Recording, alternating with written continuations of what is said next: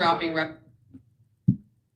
revelation about how Kim Porter really passed away. And yeah, you guessed it. It has everything to do with you know who.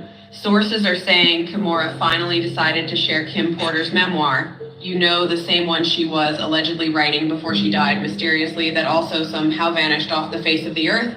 Well, according to sources, it turns out the memoir didn't vanish off the face of the earth. The world was just not ready for it. An explosive snippet from the memoir just got released. And let's just say, if you think everything you've heard about Kim and Diddy's relationship bad, then you are about to get an eye-opening moment, because it was a lot worse than we thought. Also, you know, all those rumors you were hearing, Kim possibly being poisoned by you know who, well, it just might be true. This story is one big mess. Kimora Lee and friends always suspected that Kim's death wasn't caused by pneumonia, but you know who thinks otherwise and says 3 days before she passed she wasn't feeling well, she had the flu, and she sent the kids over to my house so they wouldn't get sick. One night. And so, so the disclaimer that's written on the first page, it says, disclaimers. One of Kim Porter's final wishes was for this memoir/diary to be made public. Out of protection for certain parties and their potential criminal activity, some celebrities, performers, and events have been represented with X's. All right, so real quick, y'all, I need y'all to drop some popcorn emojis in the chat. We're about to literally have a live reading of Kim Porter's book, because now I have been very vindicated, because I talked about this about a month ago, you know, Kim Porter's book, and everybody laughed at me and said the book was fake. So now that we have verified, or other people have verified, that the book is actually real, now we can talk about it without people talking mess. So I need everybody to 1, drop popcorn emojis in the chat. 2, drop your city in the chat. Drop your city in the chat. Let me know where you at. Shout out to Detroit. Shout out to LA. So drop your city in the chat. Let me know where you at. Drop your city in the chat. Let me know where you at. Drop popcorn emojis in the chat. And of course, hit the freaking like button. Let's go. Have been represented with X's due to their highly explosive nature. At some point in the future, this information will be revealed to the public. Regarding Kim's sudden death and the mysterious illness of Albie Shore and Jamie Foxx, evidence does exist that points to foul play and or poisoning. God bless Kim Porter and all of Sean Combs' victims, both male and female. Okay. Chapter 1 says it says introduction. Soon after high school, I started landing modeling jobs. I couldn't believe it. It was all happening so fast. I met my husband, father of my oldest child, and one of my oldest friends in life, Albie Shore. It was a whirlwind romance. I was only 19 when we married, and no, it didn't work out. Al is still one of my best friends to this day. Our son Quincy is such a talented and wonderful young man. At that time, I had no idea my relationship with Al was going to introduce me to the man that I would spend the better part of my adult life with. A man whom I would love and cherish, but eventually fear and hate. I don't want to put the cart before the horse, but I will say, although I knew what was going on, I turned a blind eye many times. Here, I have to tell this truth. Unfortunately, because deep down, I knew everything that was happening, but I lied to myself a lot.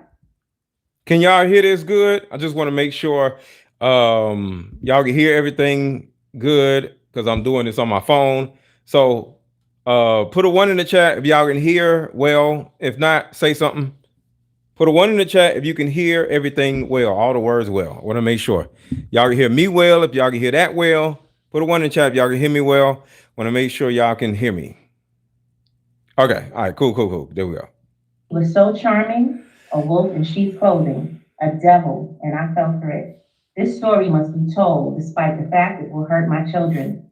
I cannot hide it any longer. Sean Combs must be stopped.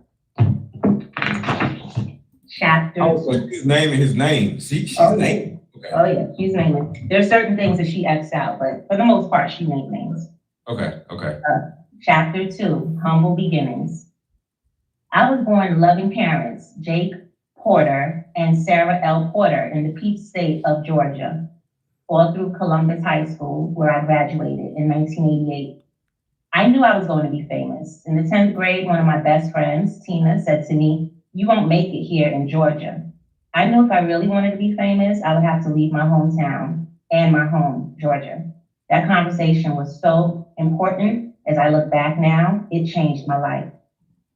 I met Al while I was working in the industry. He was so dope and charming, and I had a crush on him. We were married before I knew it, and Quincy was on the way.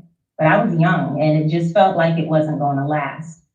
It was a little heated between us after we separated, but we got past that quickly. He is just a super dope guy, an amazing father. Though we separated, we are forever bonded through Quincy. Thank you, Al. I will always love you. When I met Sean, he was cool. I didn't think much of him at the time. He was just another guy at the label. Uptown was huge, and we were all living our best life. But Sean continued to lay on the charm, and before I knew it, we were dating. As a young single mom at one of the hottest companies in the world, life couldn't get any better. Then it did. My boyfriend was getting even bigger. He and Clive would hang out a lot, but I didn't think anything of it. I mean, that was his boss, and he was doing things bigger than most men dare to even dream. Stop right there. So stop right there. You said Clive. So Clive. everybody, Clive Davis. Mhm. And stop right there for 1 second. I just want to help everybody understand what is going on, so y'all will understand who all these people are. So Clive Davis is the person that Diddy was introduced to by his own mother. So, all right, so I'm going to fast forward this. Well, not too far. Back to the book. I just want to give everybody an understanding on like what Clive Davis has to do with this. Because Clive Davis is very important to this whole story. He said Clive and jealousy, this is very important. But see, there's not a shred of evidence out there proving her modeling gigs. Instead, the grapevine's buzzing that Janice was allegedly organizing fashion shows as a front while behind the scenes. Behind the scenes doing what?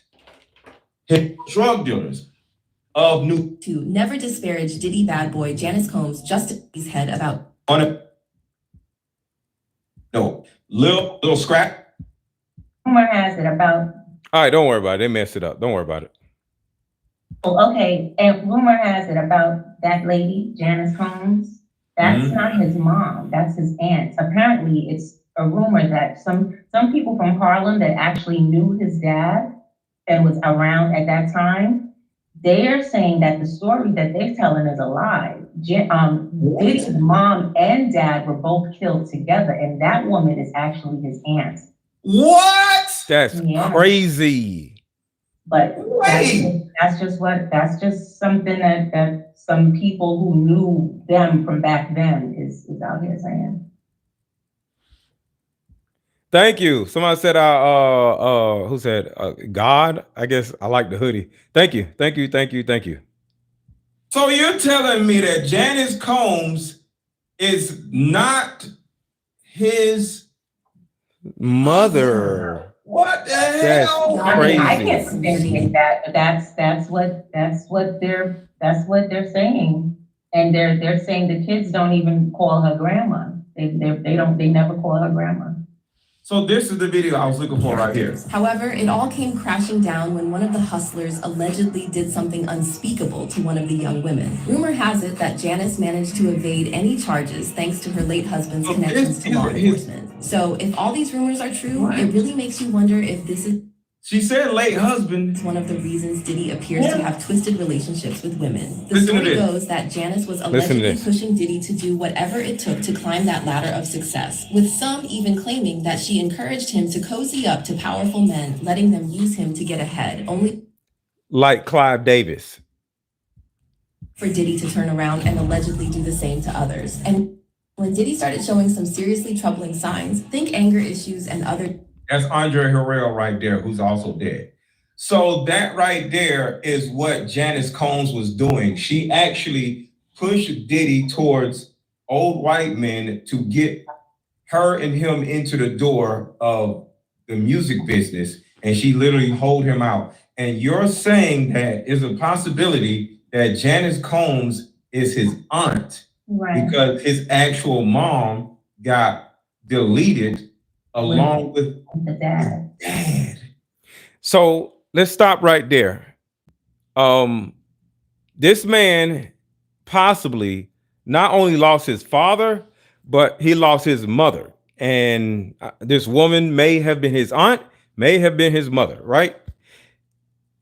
Any woman dating a man like Diddy who has dealt with that type of trauma, dad getting killed and all this other stuff, it's important for you to know that about their background, right?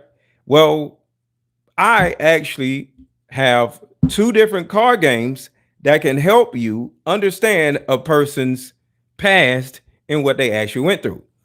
So the first card game, as y'all already know, is my Deeper Discussions card game. This card game has 81 cards in it, and it will help you understand a person's pathology, which is cool, right? But guess what? The mother-daughter card game is in. I've gotten it. It is here. And the mother-daughter card game is for sale. And for those who know and don't know, I have been pre-ordering these. Well, I have had these cards on pre-order for about a month. They're finally in. And the significance of this is I was selling the card games for $62. I want you to see something. You see how thick this card game is versus this card game? So this card game has 81 cards in it. This card game has 108 cards in it, right? So it's thicker. So it's more cards in it. So right now, and only right now, this card game right here, this mother-daughter card game, mother-daughter, which is you and your mother, if y'all have a strained relationship, you buy this card game and play it with your mom, and you get a deck as a daughter, and your mother gets a deck. Here it is. And your mother gets a deck as your mom. So you have a deck as a daughter or as a mother, and the daughter or the mother has a deck. And y'all just simply ask these questions. This is the mother-daughter card game. It is finally in. And the reason why I'm bringing this up in particular right now is, one, I want y'all to buy it. And all you had to do is click the link. If you see the blue link under this video, click it and you'll be able to get both card games or either card game. But I need y'all to understand this. I told all of the people that usually follow me that when the card games come in, the price will go up to $200. $200, $199. But since I got the card game early, because it's Sunday instead of Monday, you can still buy my card game right now for $62. But tomorrow, the card game is going to be $199. So I suggest for any of you men who know a woman that has a strained relationship with her mother, or if you're a woman and you have always had a strained relationship with your mother or your daughter, buy my mother-daughter card game. So you can click the blue link and get your card game, because tomorrow, because now I got the cards. And for everybody who has gotten the cards, who pre-ordered, you about to get your cards in the next few days. So if you have not ordered your card game, make sure to order it right now, because come tomorrow, you're going to pay $199. But right now, it's $62. All right. So let's get back to the video. But I'm letting y'all know now, this is your last opportunity to buy my mother-daughter card game for $62. Tomorrow's going to be $199. Get your card game right now or pay $200. All right? Because I got them now. It's over with. Everybody is getting their cards shipped out tomorrow. Tomorrow. Mm-hmm. Okay, keep But going. there's some people in Harlem who apparently they know the real story, and they're like, the story that they're telling is bullshit. That ain't the real story. Wow. But let's see what happens. Let's see if it all comes out, if the truth comes out. But yeah, you go. Okay. So, yeah, he and Clyde would hang out a lot, but I didn't think anything of it. I mean, that was his boss, and he was doing things bigger than most men dare to even Him and Clyde. Him and Clyde, right. Then it happened. I mean, okay, I was a little bit of a freak.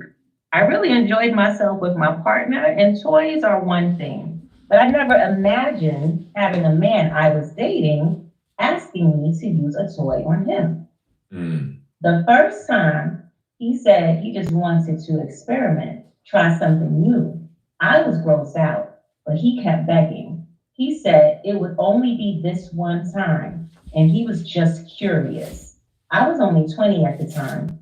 I said, what the hell? I hated it. He bled from it, and there was shit on it. I left him alone after that. Yo! Paul, that's too, oh my God. Wow. Okay. So real quick, Real As It Gets says it's only 173 likes and it's 581 people in here. Like, what in the world are y'all doing? Y'all get mad at me when I go yelling at y'all, telling y'all to hit the like button, but y'all aren't hitting the freaking like button. So this is what we're going to do. If y'all want her to continue with this memoir, because she has the book, and y'all Hit are the listening like to button. it, and it is super crazy. And real quick, for the people who bought the card game, I'm about to get ready to ship your card games out now. So while we're going over this memoir, I'm about to start printing out your printing labels so I can start shipping your cards out. So instead of me sitting here listening to this, I'm going to be working while y'all are listening. So I'm shipping out your card games tomorrow morning. All right. And you'll see what I'm doing. But what I need y'all to do is get these likes up to 500 right now. So I ain't even gonna say we're gonna sit here because I ain't gonna do y'all like that, but we need these likes up. Get the likes up, y'all. So Get the likes y'all up. gonna hit the like button, or are we just gonna sit here? Hit the freaking like button, y'all. Hit the like button. Let's go. But go ahead. I ain't gonna do everybody because a lot of people have hit the like button. So I'm not gonna let the people who have hit the like button to suffer. But everybody hit the like button, y'all. So go ahead. You want me Hit to a like read button. chapter Hit a like 3, button. or you want me to just read it in the chapters, one chapter after the next, or you want me to just skip through? I don't know. Like it might be some boring stuff or whatever, but if you read it, so whatever you think that the people would be interested in, because I don't know. It's up to you. All right, let me read. So that's I just read chapter 3. Let me go to chapter 5. Okay. Chapter 5 was interesting. Can you imagine you got a dude that wants you to do that, and then it goes bad, it's blood and shit everywhere? That is crazy. Oh. All right, so chapter 5. Okay. It's titled Sean Kneels. Like as it kneels down. Okay. The year passed, and thankfully we didn't have many bad arguments, although Sean was strangely getting into voodoo. He would put curses on people, and I wasn't sure how to respond to that craziness. My problem as a single mother was I wanted to be married. He always had excuses and delays when it came to commit into marriage. His label was blowing up. Biggie dropped, and it was just about over. He also signed Mary J. Blige, and of course, when I found out he slept with her, we fought. He claimed it was a mistake, and my stupid ass took him back again. Sean asked me for a threesome with her. At first, I was mad, but Mary was beautiful. It was our first threesome, and I loved it. Mary was sexy. I would not be doing this a lot, but it was so hot. So they had a threesome with Mary J. Blige? Mm-hmm. Okay. Yeah. Okay. I was young and exploring my sexuality wasn't enticing. Over the years, we brought women into our bedroom periodically. and we were happy. That is until one day I came home to a situation that went from awkward to a nightmare. Quincy was with the babysitter, and Sean was sitting with Al B. Shore at the dinner table. I had a child with Al, and Sean was the father in Quincy's life. The awkwardness of all of us being together had dissolved a long time ago, but it was still weird that they were here in my home together. What's up? I am April. What's going on, April? Alone. I sat down and we had drinks. It was fun. The conversation was cool until it wasn't. Al was a little. You said the audio is muffled. Okay, let me see if I could do better. What can I do? All right, let me see if I can make this a little bit better. Somebody said the audio is muffled. After a couple of drinks, I remember I remember him saying, "It's still weird seeing you with my friend, but you're happy, so I'm happy for you guys." Sean responded, "Thanks, man. Me and you, we've shared so much." Al replied coolly, "Word." The conversation took an op. Is that better or is it too loud? Let me know if that's better, too loud, or whatever. Let me know right now. Is that better, louder, lower, or what? I just made it louder. That's better? All right, cool. An awkward turn when Sean said, "We all been together sexually, but not together." I was shocked for a moment as quietness lingered in the room. I asked, "What do you mean by all together?" Al shifted uncomfortably, but Sean didn't hesitate. "You know how we sometimes invite other people into our bed?" I couldn't believe it. "Oh, hell no. Sean, this is my son's father." Al, say something. What Al said was mind-boggling. Now listen to this. I don't know. It could be kind of hot. I miss you in that way. Although I couldn't believe Sean would do this, the truth was I still cared about Al, and this could be very hot. I just didn't want it messing up my relationship, and if things became awkward, how would it affect Quincy? So I had. Wait, stop that. It's a lot. What the hell?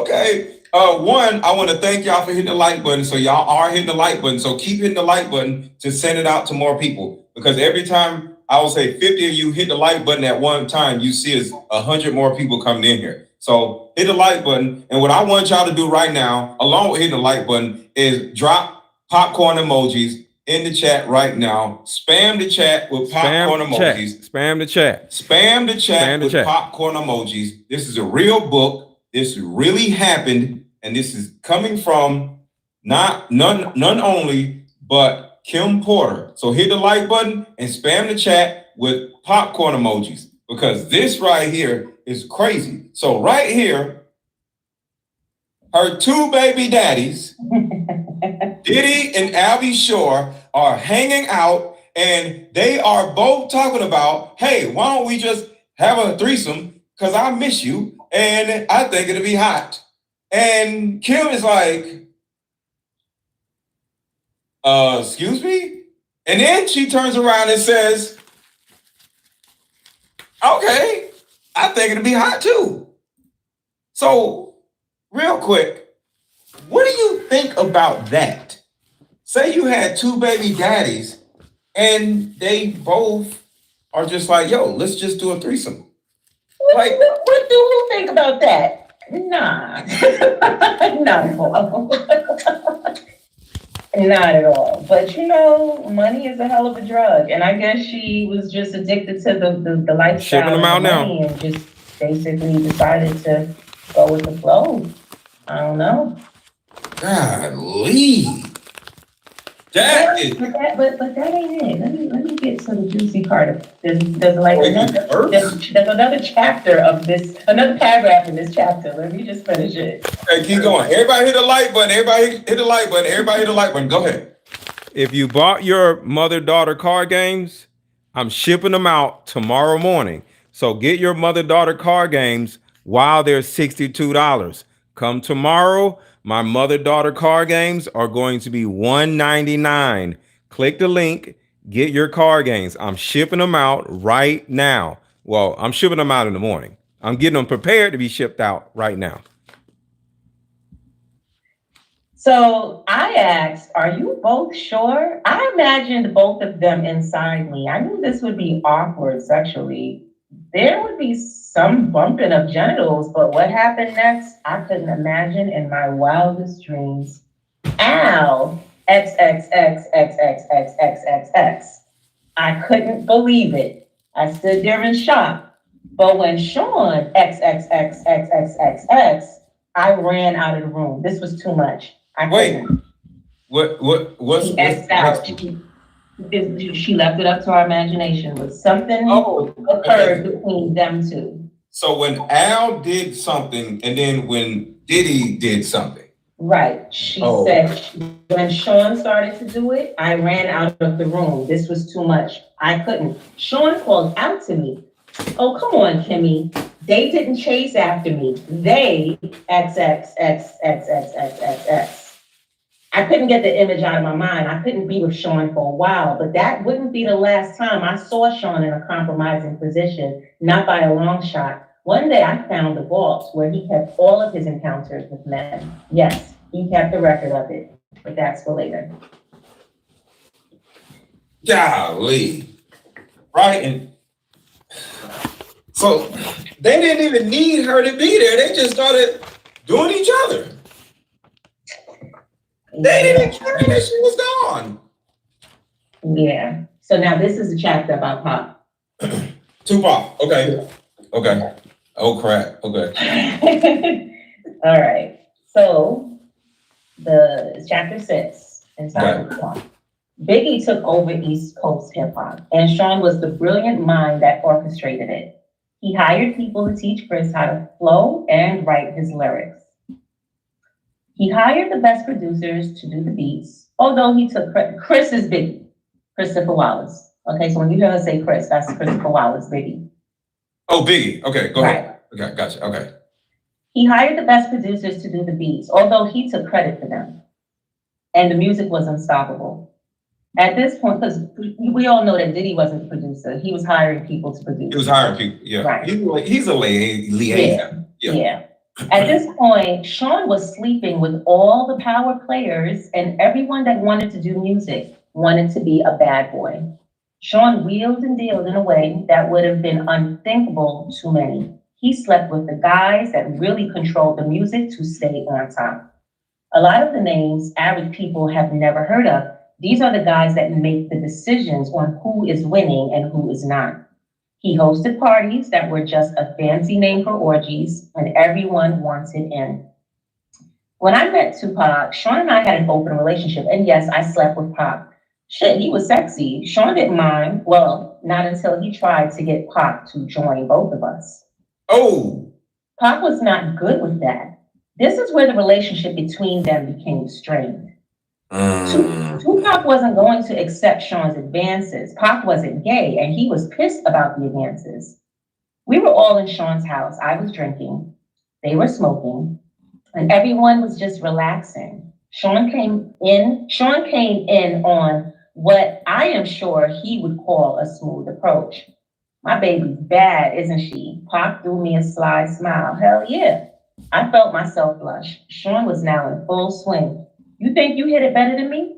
I couldn't believe he disrespected me that way. Yeah. I was not playing with my response. Sean, what the fuck? Pop came to my defense. Damn, bro, you ain't got to do the sister that way. Tupac appeared upset behind Sean's words, but Sean went in for the kill regardless. I think my dick's bigger than yours. I bet I can make her come faster than you. What's up? Pop was appalled. What's up? What the fuck are you talking about, nigga? I ain't trying to run no fucking train. Sean continued. What you scared of? Let's see who fucks better. Let her be the judge. Yes, at this point, we have been inviting others into our bed for a while, but I'm not used to and will not stand for disrespect. I wasn't the only one upset. Pac shouted, nigga, you talking about pulling your fucking dick out? Sean was undaunted. What, you scared? Tupac simply left. Things were contentious since then. The two would not be in the same room. Pac avoided me as much as he did Sean. When they did bump into each other. What's up, Elaine? What's going on? The tension was palpable. It felt like blows could be thrown at any moment. Months passed with only the tension between them. It was uncomfortable, but nothing like a death. Then one day, while we were at the studio, it happened. I walked into Sean's office. He was having the conversation. Sean The sat across conversation. from Jimmy Henchman. Everybody know who Jimmy Henchman is? Okay, so everybody right now, let us know in the chat. Do you know who Jimmy Henchman is? Or, we can explain who Jimmy Henchman is if y'all don't know. So, yes or no? Do y'all know who Jimmy Henchman is? Because this is very important. Say yes or no. Yes or no in the chat. Yes or no in the chat. All right. The majority of the people do not know who Jimmy Henchman is. Do you want to explain or you want me? I'm from New York. I'll explain it. You know more than me. You know more. I know a little bit about what happened because that was my era. Jimmy Henchman, when Tupac got shot at the studio in Harlem, was it in Harlem? Oh, I'm sorry, I forget which studio it was. But it was, you remember the studio that he got shot at? And Quad he said Studio. That Biggie set him up? Quad Studio. I don't remember the name of it, but yeah, I remember. Got the name of it. Quad Studios. Quad Studio, okay. Yeah.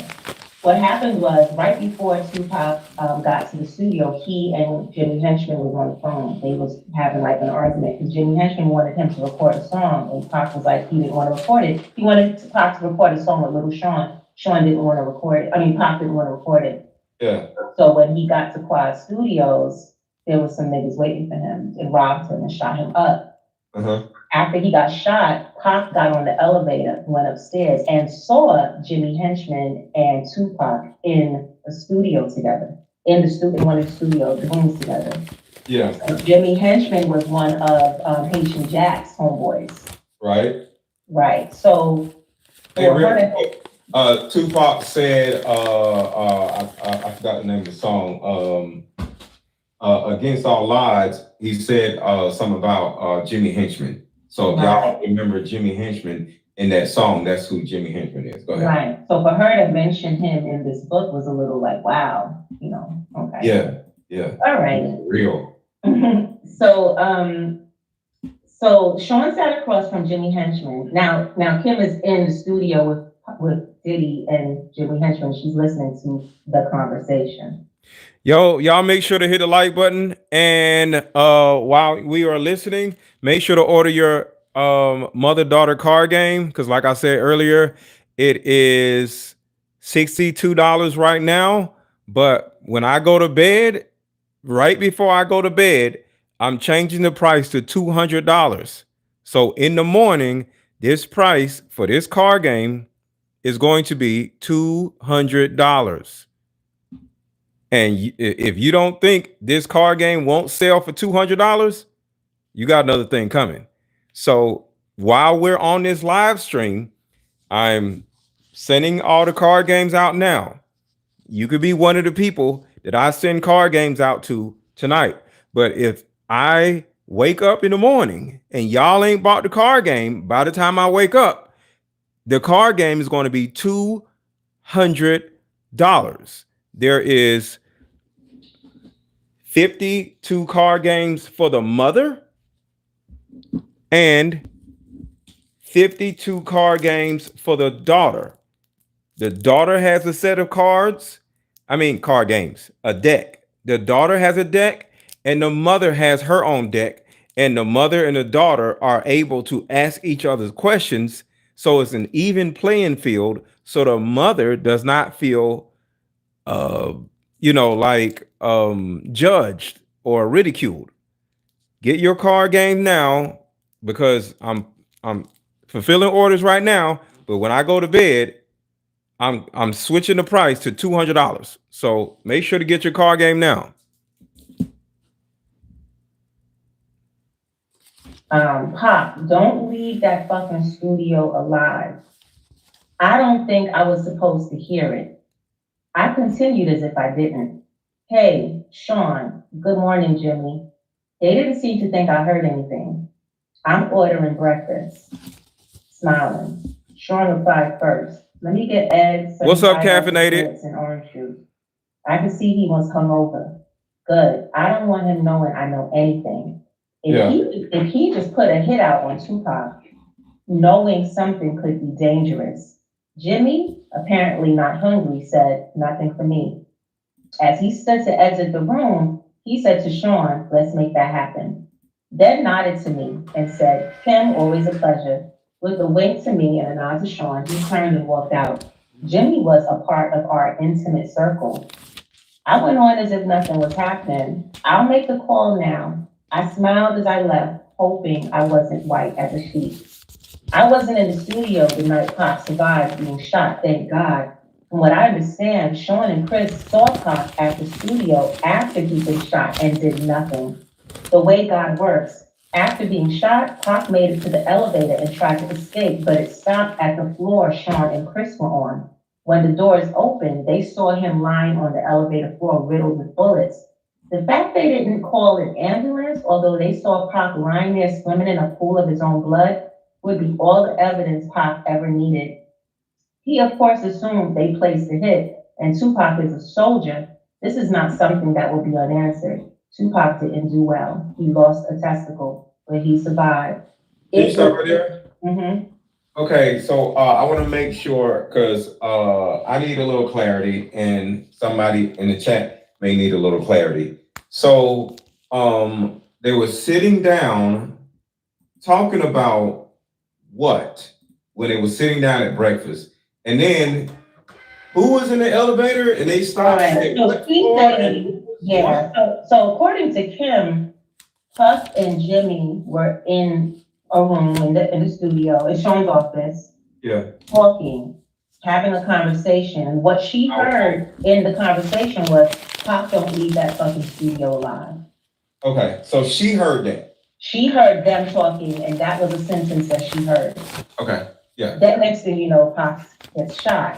Yeah. Now, according to her book, Diddy and Big met Pop in the elevator, but a lot of other people that have that, I guess, you know, that tell the story and all the documentaries and stuff, they show Pop actually crawling, you know, getting out the elevator and actually going into one of the studios where he saw Diddy and Jimmy Henchman. But she's saying it was an elevator. They came down to a floor, and because Tupac got shot outside. No, he got shot the elevator outside. He got shot outside the elevator, right? But he got on the elevator. He got on the elevator. Mm-hmm. And did what? He got on the elevator and went up to a floor. And went where? Like, I got shot. I want to leave out of the building. Why am I going upstairs? He got on the elevator. Everybody says that much. He got on the elevator. You go where? You're going inside of the place because you got shot inside of the building, right? Well, where he got shot was as soon as they walked in the building, walked to the elevator, and the guys that shot them were in that lobby area waiting, and that's where they shot him. So I guess the elevator was right there, so he just got on it. Because they had already pressed the elevator and everything to go up. So the elevator door must have opened after Pop got shot, and he just got on the elevator. And when the elevator doors closed, because everybody was pressing the buttons or whatever, he probably just went up to a floor, and it happened to get on the floor that he saw Diddy and Big. Damn. And they didn't even call the police. According to what she's saying, they didn't call the police. But I, like, for all the documentaries and, you know, movies or whatever that I've seen about this, I didn't see Kim anywhere in the studio, so I don't know. But according to her, the last sentence of this chapter is, "It was orchestrated, and Sean Puffy Combs was the orchestrator." So this right here is documented proof that Sean Puffy Combs, along with Jimmy Henchman, orchestrated the deletion of Tupac, but he didn't die at that particular time. Right. Correct? So right, apparently. So if Pac was like, "Y'all niggas set me up," maybe he was onto something because I don't know. I mean, who knows at this point? Because everybody's saying the whole thing was a lie. I don't know, but this is what she documented. And before you move on, I just want to okay, so it was some speculation, and this kind of like clears it up. There was some speculation about how close Diddy and Tupac was, right? And with Diddy being gay, it was like they were a couple and they broke up, right? Because like, how would Tupac be so close to Diddy and Diddy be doing all this gay shit, right? So what actually happened, according to the memoir, is half of that is true. He was into all this gay stuff, and him and Tupac was really close, and Tupac was close to Diddy because he was smashing Diddy's wife. So it was like a community of people that was smashing each other's girlfriends and wives. So that is the closeness, and that is the almost gayness that people read between Tupac and Diddy. But they weren't together. They were sleeping with each other's girls. And then at one point, Diddy tried to get them to do a threesome so they can be gay together. And Tupac said no. And that is when he distanced himself. And that appeared to look like a breakup. So I get it now. Apparently, the Hit 'Em Up song, the one that we heard, that was the edited version. Because apparently the first one that Pac wrote had all of Diddy's gay business in there. But he took it out. Do you know why he didn't do that out? He was told not to, or I don't know. I guess so. But yeah, apparently that was the edited version. So I want y'all to think about this. Before Hit 'Em Up comes on, he said, "That's why I smashed your wife. You claim to be a gangster, but I smashed your wife. Bad boy for life." So he smashed Biggie And Diddy's wives. Girls. That's crazy. Wow. Well, Kim was never his wife, but you know. Okay, girl. Okay, gotcha. But imagine that's crazy. Two of these moguls, or whatever you want to call Biggie and Diddy, because they one work for the other. One of them, well, no, both. Pop smashed both of their girls. It's crazy. But question: did they smash Pop's girl? I don't know. Well, remember, Diddy had a baby with one of Pac's ex-girls. Diddy had a baby with... Yeah, he has a daughter with one of Pac's ex-girlfriends. What? So I guess Diddy was smashing his girls too then. Well, I don't know if he did it after. I'm not sure if he got with, I forget her name. And she was Kim's friend. Remember, Misa, Kim, all of Diddy's baby mamas was friends. All of them. That's Misa crazy. And Kim were friends. Kim took Diddy from Misa, and then Kim's friend, she took Diddy from her. And let me add clarity to this, because y'all probably think this is weird. This is actually not weird. As an example. Why did you return it to Amazon, Miss Sunshine? You said I had purchased the Kim Porter book. Why did you return it to Amazon? You didn't like it, or you heard it here or something? What happened? You didn't what happened, Miss Sunshine? Do y'all know Ray J's wife, Princess? He took her out of the stable of what's the boxer's name? Sarah Chapman. That's her name, Diana. You're right, Sarah Chapman. You want the unedited version? Why? Caffeinated, why you want the unedited version? Why? Why? And that was Kim's homegirl. Sarah Chapman. So right. Who's the boxer? Come on, boxer. Best boxer in the world. Floyd Mayweather. I don't know. I think I know what talking about.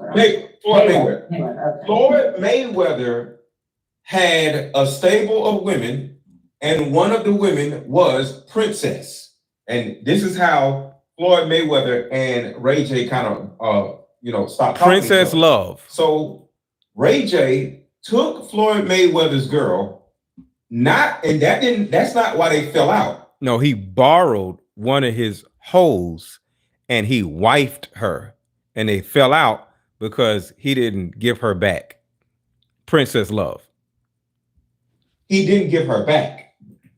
Because the way we men operate, because I've done this in circles in the past. If my homeboy got some broads and he's smashing them, I'm be like, yo, what's up? And he gonna be like, whatever, get her. But I'm supposed to give her back, right? So he can keep smashing her. So he turns around and made her his girlfriend, and that is somewhat why they stop messing with each other, because he didn't give his girlfriend back. So this happens in a lot of elite circles, because dudes just be having a harem full of women, and the homeboys be like, yo, let me smash her. And dude like, go ahead. Get your card game, y'all. But you got to give her back. So get your card game, y'all. Because when I get off this stream, I'm telling y'all now, when I get off this stream, the price for my mother-daughter card game is going to $200. I'm on here with y'all, hanging out with y'all. We're probably going over this book probably till 12. When I go to bed, I'm changing the price to $200. So if you want to buy this mother-daughter card game, click the link in the chat right now, because I'm getting the cards ready right now. Just trying to tell y'all. Comes to all this girlfriend swapping, to a certain degree, because Diddy is crazy. This is nuts. But to a certain degree, it's normal. Because remember the song? Hold on, let me there's a lot of noise real quick.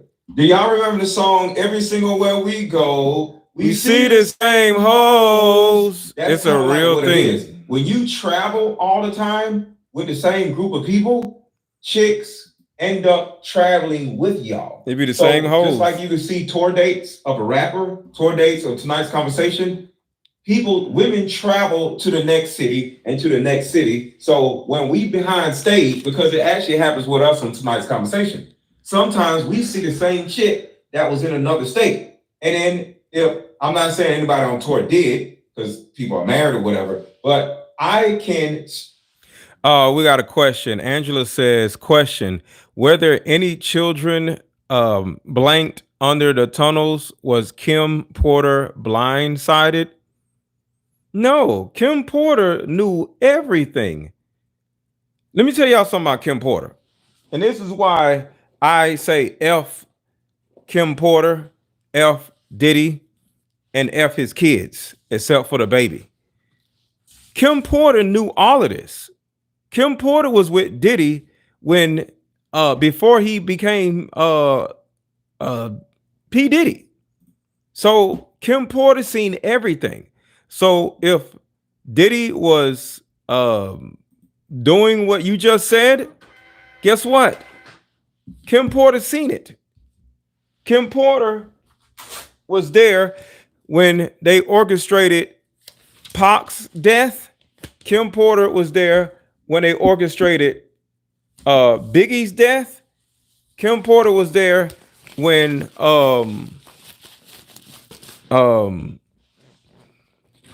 not there, but Kim Porter was around when somebody killed Michael Jackson.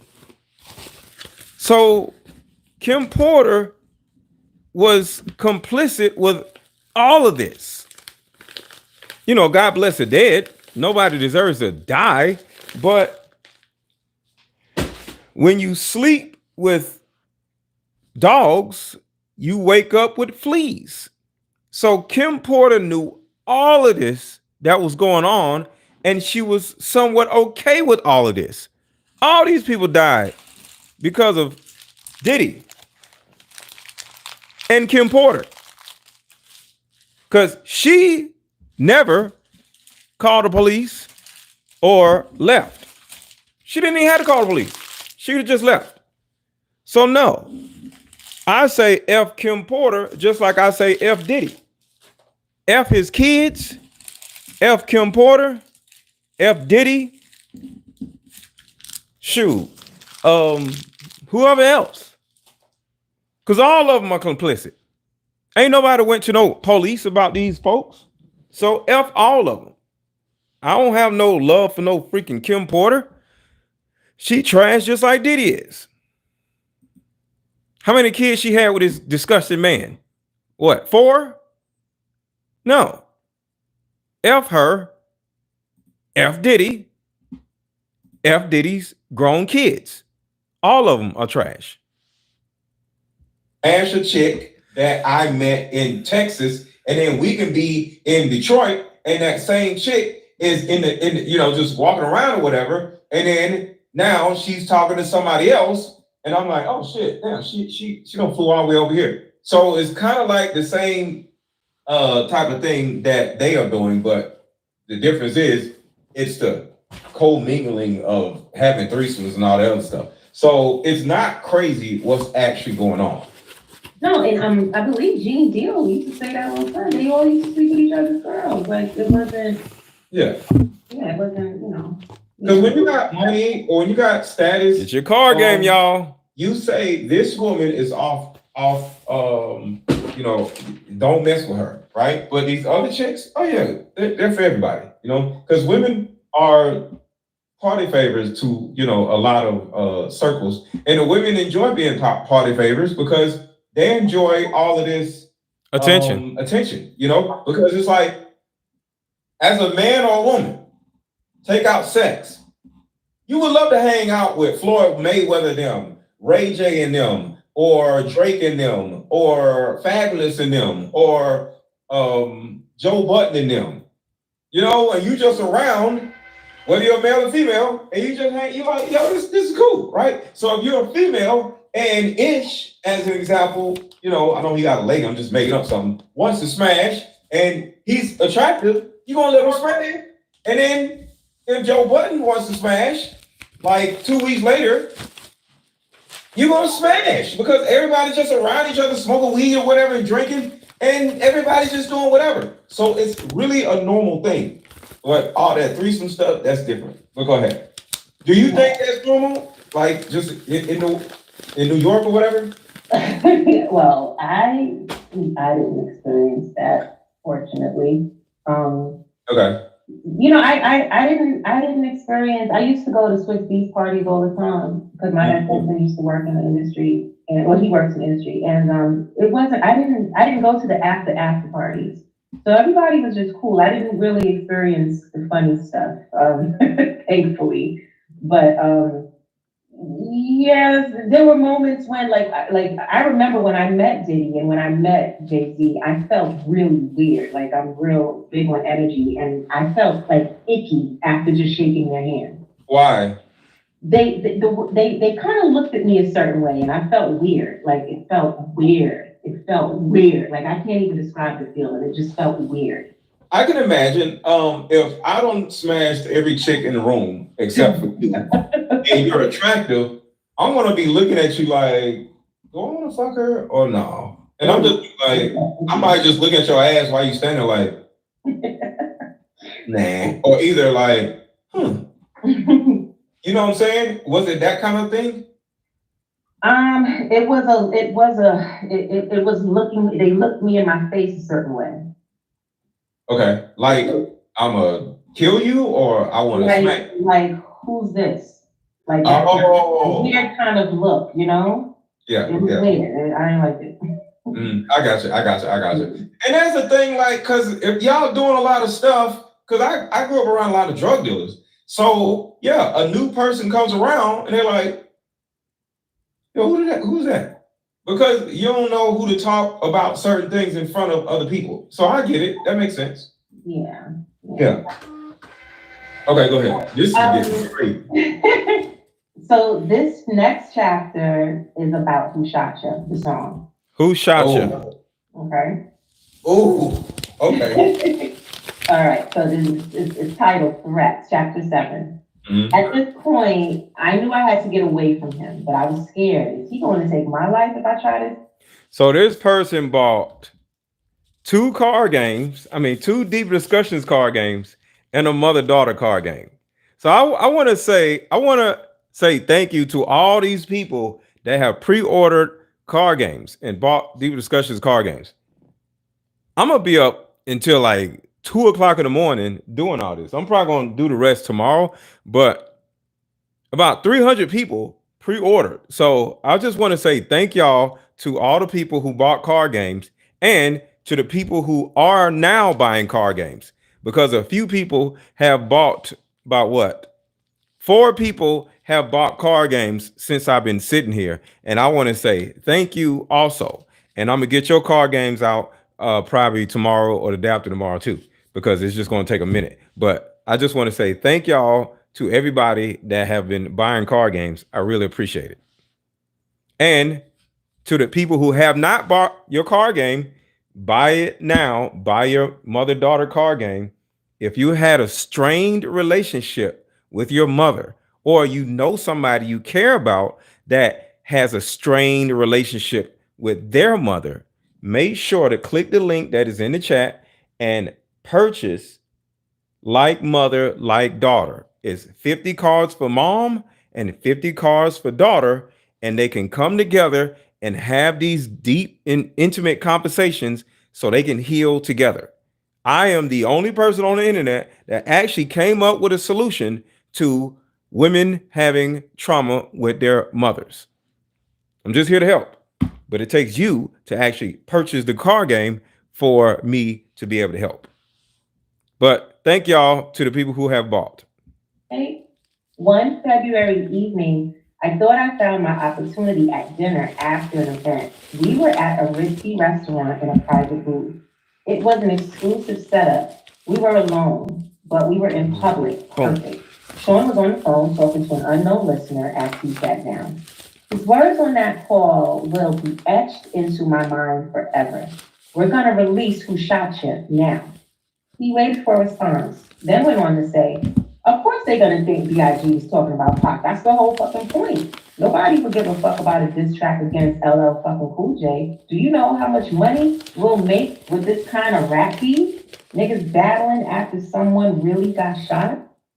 This may not be the best time for this conversation. Sean was finishing up. We'll drop that shit tomorrow. He listened into the phone, then responded, there's gonna be blood on the street. Niggas missed, Pop's alive, let's capitalize on that shit. When he responds, it's just gonna mean more money. He turned around and looked at me, spoke back into the phone. I'll call you back, then hung up and spoke to me. What's wrong? I tried my best to give a fake smile at what I heard. After all, me and Pop were intimate. I responded, nothing. Sean wasn't fooled. Are you sure? His demeanor was threatening, but I responded as cool as I could muster to his intimidating stare. Yes. Okay, hey, what's going on? Stop right there. So, hey, I see y'all. What's going on? Yay, I got my card game. Thank you so much. They did shoot him, and she knows he shot him.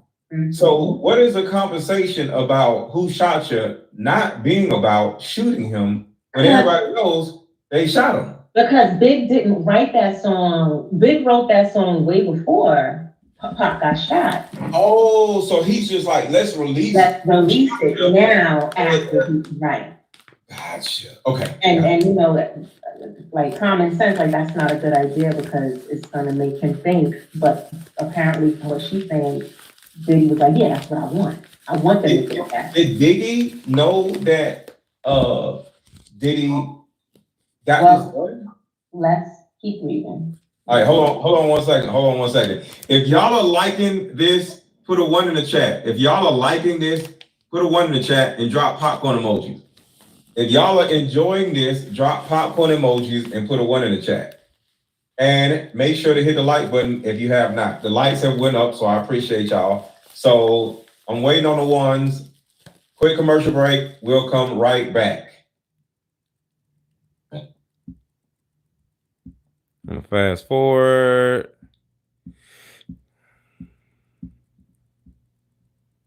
Daughter card game. Real quick, the link to buy my mother-daughter card game is in the chat and is also under this video. And if you're watching on Facebook, it's open a video under the actual title. We got 7 people that have bought card games. Let's get to 15. Let's just make it an even 15. So let's go. 8 more people to buy my Deeper Discussions card game. The link is under this video. The link is in the chat. The link is also pinned in the chat.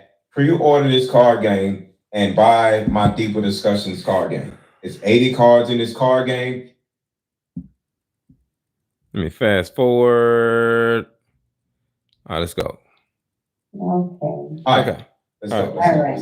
So this is so good. All right. So we stopped at Kim trying to be cool as Diddy's interrogating her, like asking her if she's okay. So he's like, "Are you sure?" His demeanor was threatening, but I responded as cool as I could muster to his intimidating stare. "Yeah, of course." He took my hand, saying, "That's wonderful." He began to squeeze my hand until it hurt as he continued. "Because seeing you walk in the office while I was talking about killing that motherfucker and you not saying shit to me, had me just a little concerned." His grip was starting to hurt badly. "You're hurting me." As he continued, he squeezed tighter. "Your pretending you didn't hear anything was a sign of your loyalty to me. Not something I should be concerned with, right?" I had no choice but to give him the answer he wanted. I knew I was trapped and I responded, "Of course I'm loyal to you." He let me go as he responded, "Good. And remember, I'm the big dick." I snatched my hand back in pain. He smiled and said, "Let's start off with a good wine." He snapped his fingers and his favorite wine was poured for him. Wow. They knew what Sean wanted, and what he wanted, he got. I'm trapped. Now isn't the time for me to launch my escape plan. I have to be strategic. It's going to be hard to leave the glamour, the glitz, the lifestyle. I mean, this man just snapped his fingers in one of the most exclusive restaurants in New York City, and they poured his drink of choice. The bottle of wine is $800, and this is 1994. The list to get in this place is 6 months long if you are somebody. Mayor Giuliani has a table here tonight also. If I got up and walked out, I'd be safe, but what about tomorrow? I had to think. He sipped his wine and smiled. "You're not drinking." He pointed at my glass, and of course the waiter filled it. They knew what I liked as well. Sean has a bad temper. He yells sometimes, and okay, he's roughed me up once or twice, but he never punched me, he never bruised me, and he never hit Quincy. I would not have stood for that. He never laid a hand on my son. I would have never stood for that. I never thought of him touching Quincy in any way. Then the significance Women are of what he hilarious. said hit me. I would have never stood for that. He Tupac over me? I'm the big dick? Oh my God. The last time he put his hands on me, it was because I enjoyed Jamie Foxx too much. Oh! Uh-oh, hold on. Something happened. Me too? Hold on, y'all missed that. The last time he put his hands on me, it was because I enjoyed Jamie Foxx too much. Oh! Shit, he enjoyed Jamie too. He gets so insanely jealous. It's not fair. He wants to bring Wait. He enjoyed Jamie too? Well, yeah. What? Yeah.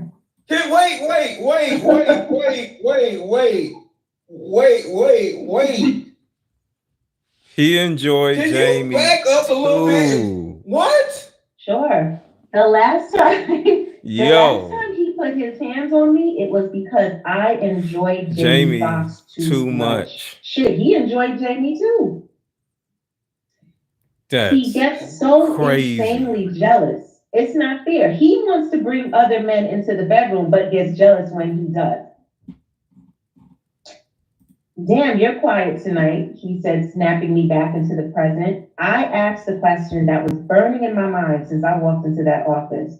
What does Chris think of this? Biggie. He looked at me He looked at me coolly and said, "His fat ass better just keep doing music." His fat ass. Damn. The third guest was escorted over by security. Sean motioned for him to sit. A waiter walked over to Sean Carter and asked, "Would you like something?" Carter responded, "No, thank you." then said hello to me with a smile. Smiling, I replied, "Hey, Carter," and took a sip of my drink. Sean Carter, isn't that Davey? Oh, wait. Okay, can you? Okay, what's going on? I'm getting confused. A third guest was escorted over by security. While they was at the table. Right. Okay. Sean motioned for him to sit. Okay. A waiter walked over to Sean Carter and asked, "Would you like something?" Carter responded, "No, thank you." Then said hello to me with a smile. Smiling, I replied, "Hey, Carter," and took a sip of my drink. The Seans may share a bed together from time to time, but thankfully, I was never asked to join. The Seans. I'm gonna pause right there for you so you can catch your breath, because I know, I know you didn't like to hear that, but yeah.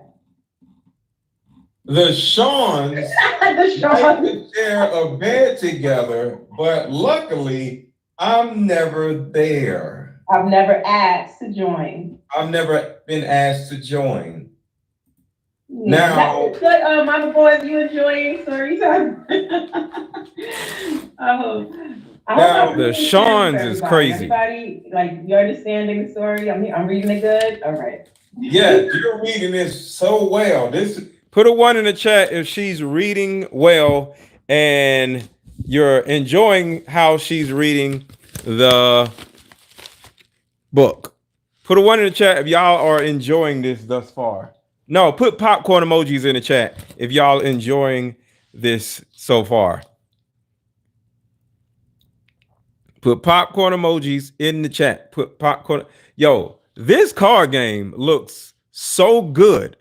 And the design, it didn't come directly from my mind, but do you see the heart right here?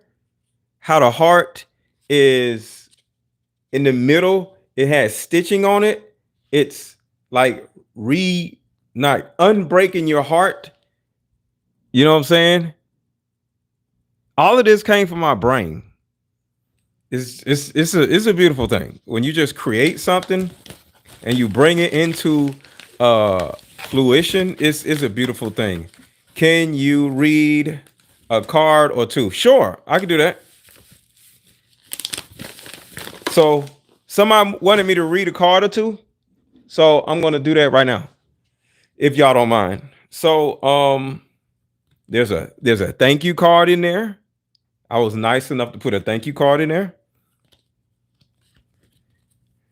These are the instructions for the card. On how to play. So, here is one of the questions. And this is the questions that the daughter would say to the mother. All right. Sometimes I felt like I'm not enough as your daughter. When was a time you've ever felt not enough as a mother? So I'll say it again. This is the daughter speaking. Sometimes I felt like I'm not enough as a daughter. When was a time you've ever felt like you were not enough as a mother? So that's one question. Another question is,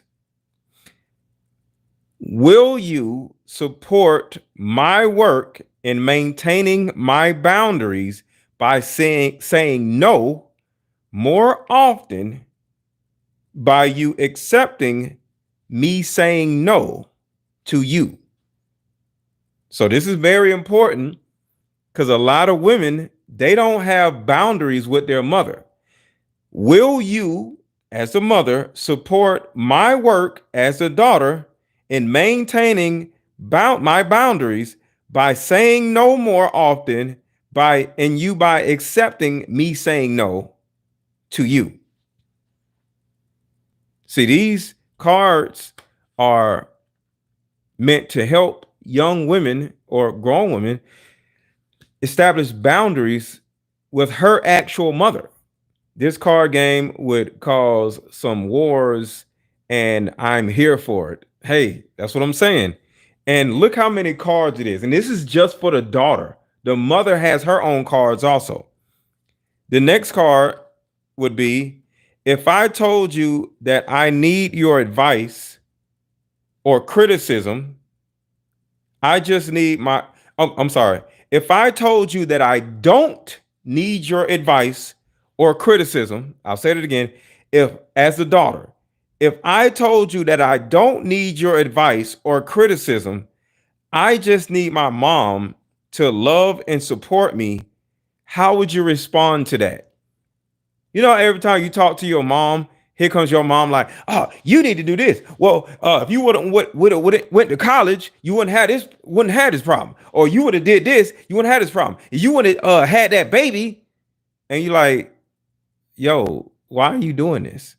So it's like, if I told you that I don't need your advice or your criticism, because most likely your mom's advice is dumb anyway. She don't know nothing.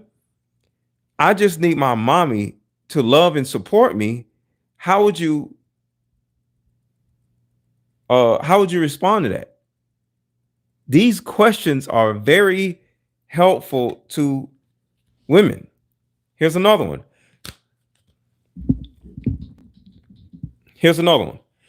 Was my grandmother emotionally unavailable towards you as you grew up? If not, explain the relationship dynamic between you and your mother. You know what I'm saying? See, you need to find out your mother's experience as a child. You need to find out your mother's mother. You need to find out how they operated when they were in the same household.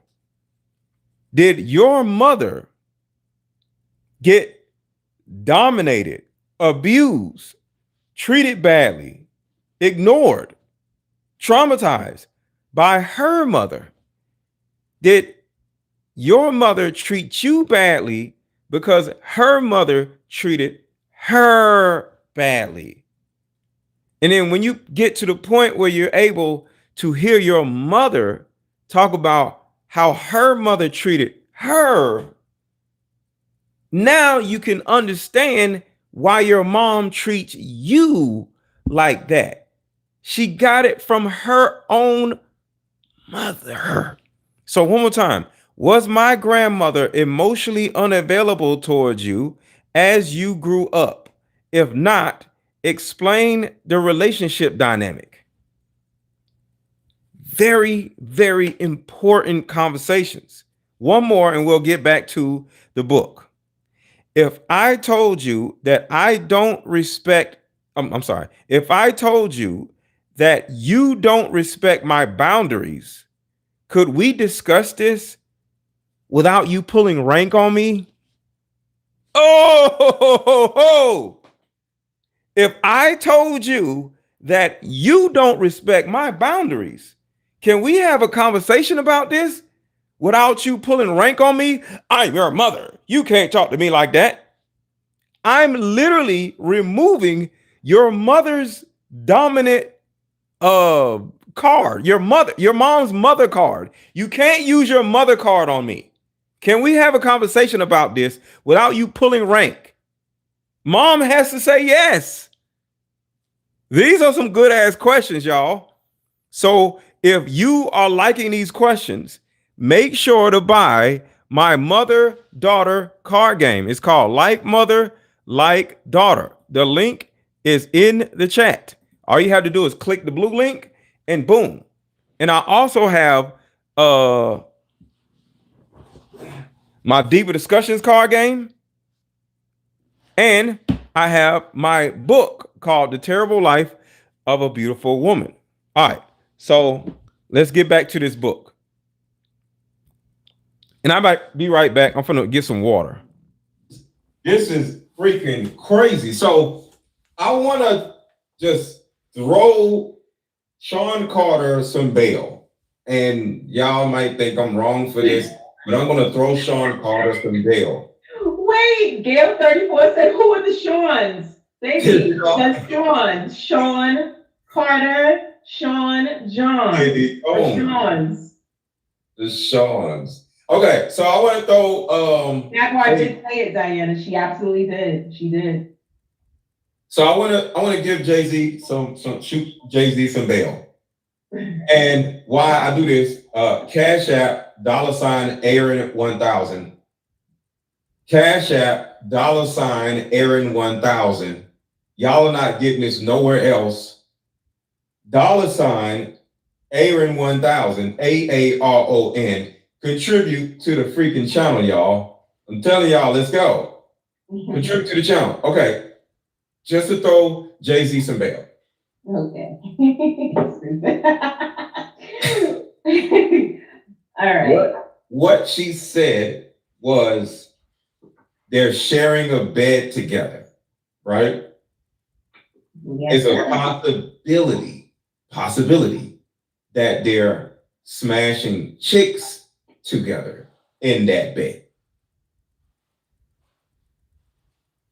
Because I've shared a bed with a dude with a chick in the past. So sharing a bed together could mean that, or in this world, they're just running through chicks together on the same bed, and it's like a train. So I don't know. I don't know. Okay, all right, okay. I see what you're saying. Shooting from bail and hoping that I'm right, because I've smashed a chick and me and a dude took turns.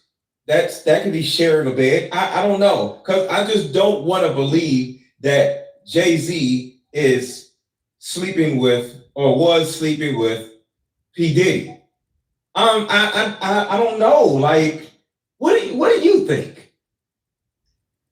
I don't know. This is all just entertainment for me. You know, I feel like these characters in our lifetime, these archetypes that are playing their roles, they're playing it well, and they're here for our entertainment, and that's it. I don't really judge them. I don't care. Like, they are who they are. Because we used to go get half the strippers out of the strip club and bring them back to the hotel and smash the strippers. And it don't be number like 2 beds in the hotel. So everybody shared the same bed together. But you know, back in the 90s, that rumor, they've been saying that about Mr. Carter. That's not nothing. That's like, this isn't the first time I've heard that. Yeah. Yeah. So, like I said, I'm just trying to shoot some bail, because if you get a whole bunch of chicks and you and your homeboys, we all sharing the same bed. You know, so sharing the bed together can be sharing the same bed to smash chicks. Because I've done that. There's only one bed in the hotel room. We're sharing the same bed. Aaron, there's a gentleman in here. His name is Play Cards. He's saying that he's the author, and do you want him to call in?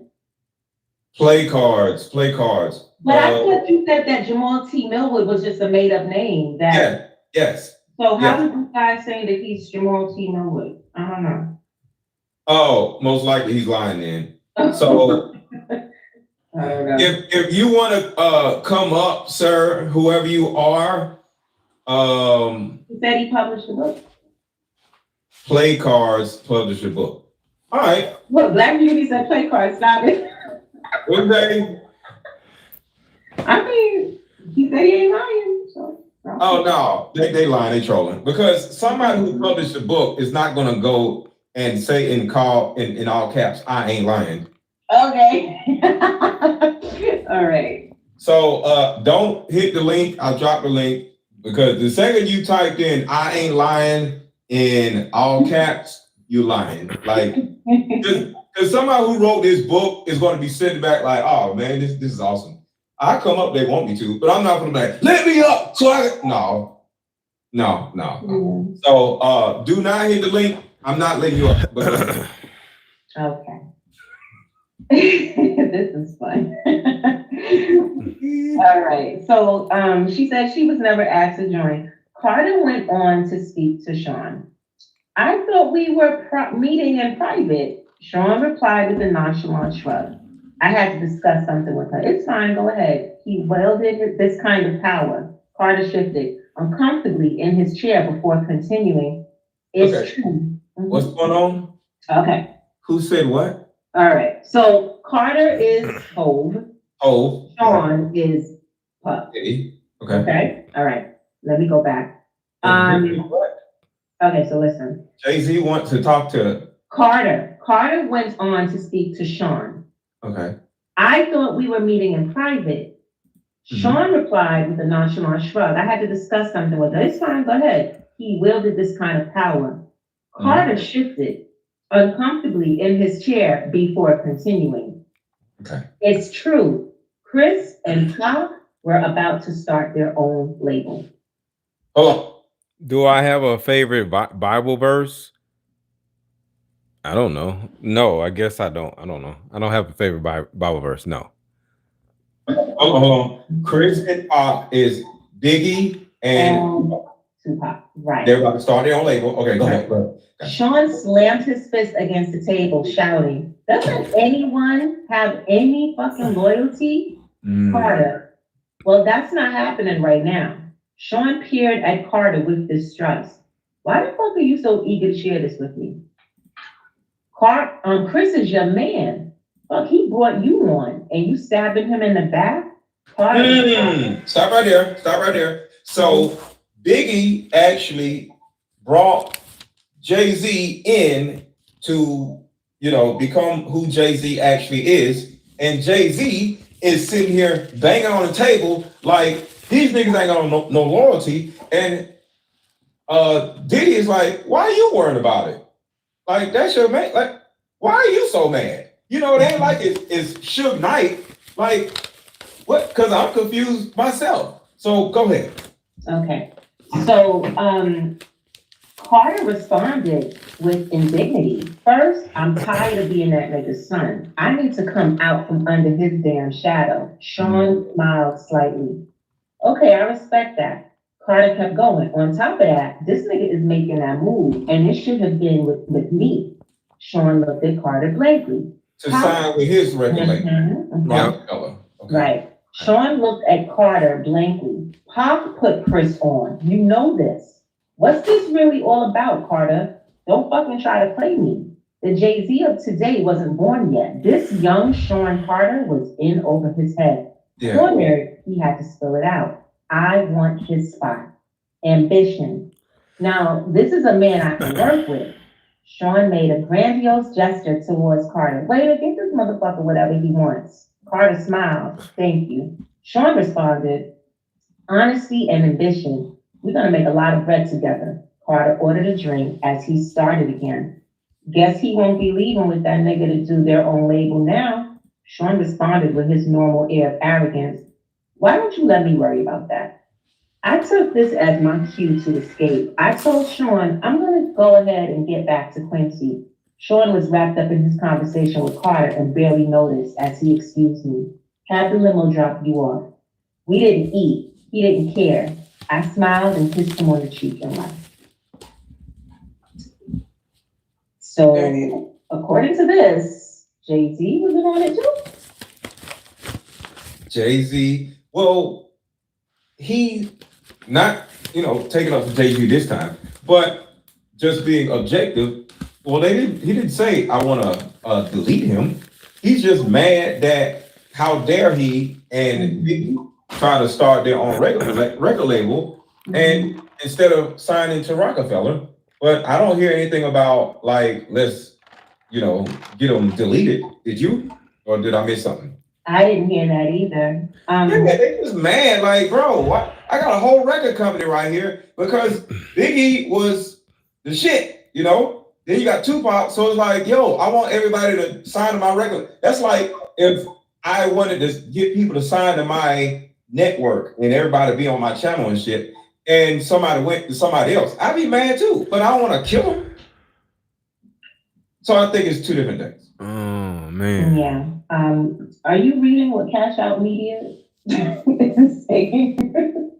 Jamal Millwood is in the waiting room on the StreamYard. You gonna let him in? Hold on. Show your face, Jamal. Show your face, Jamal, because you might be a weirdo. You probably are a weirdo. Show your face, Jamal Millwood.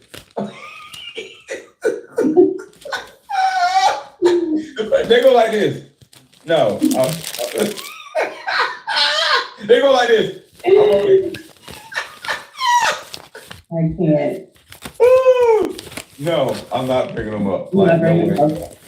No. All right. Go Chapter 8. Kidada. And look, and they got a pen. They got a pen in their hand, and like they like just wrote it 5 minutes ago. Oh my God! But go ahead. Okay. The chapter 8 is entitled Kidada. All right. Actress, model, and fashion designer Kidada Jones was Tupac Shakur's fiance and is the daughter of record producer Quincy Jones and actress Peggy Lipton. Being around other celebrities was just a part of life. Meeting Kidada was just one of those events, and as time went on, we became close. We hung out together, went shopping, and so on. It was about the same time I met Kimora. Those were the days, or so I thought.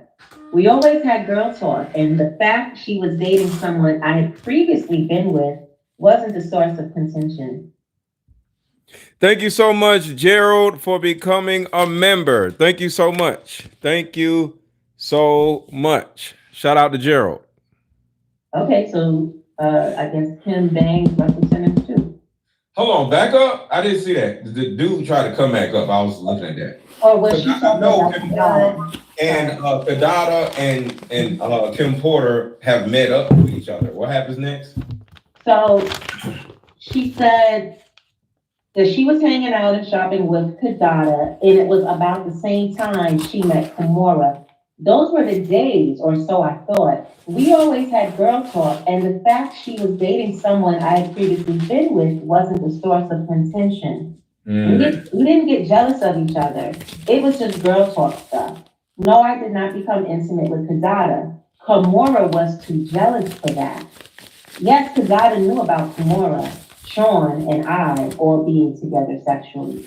Of course she did. We shared that kind of thing. We were open and honest with each other about almost everything. A true friendship, except I couldn't be open and honest about everything. Not anymore. Sean made sure of that.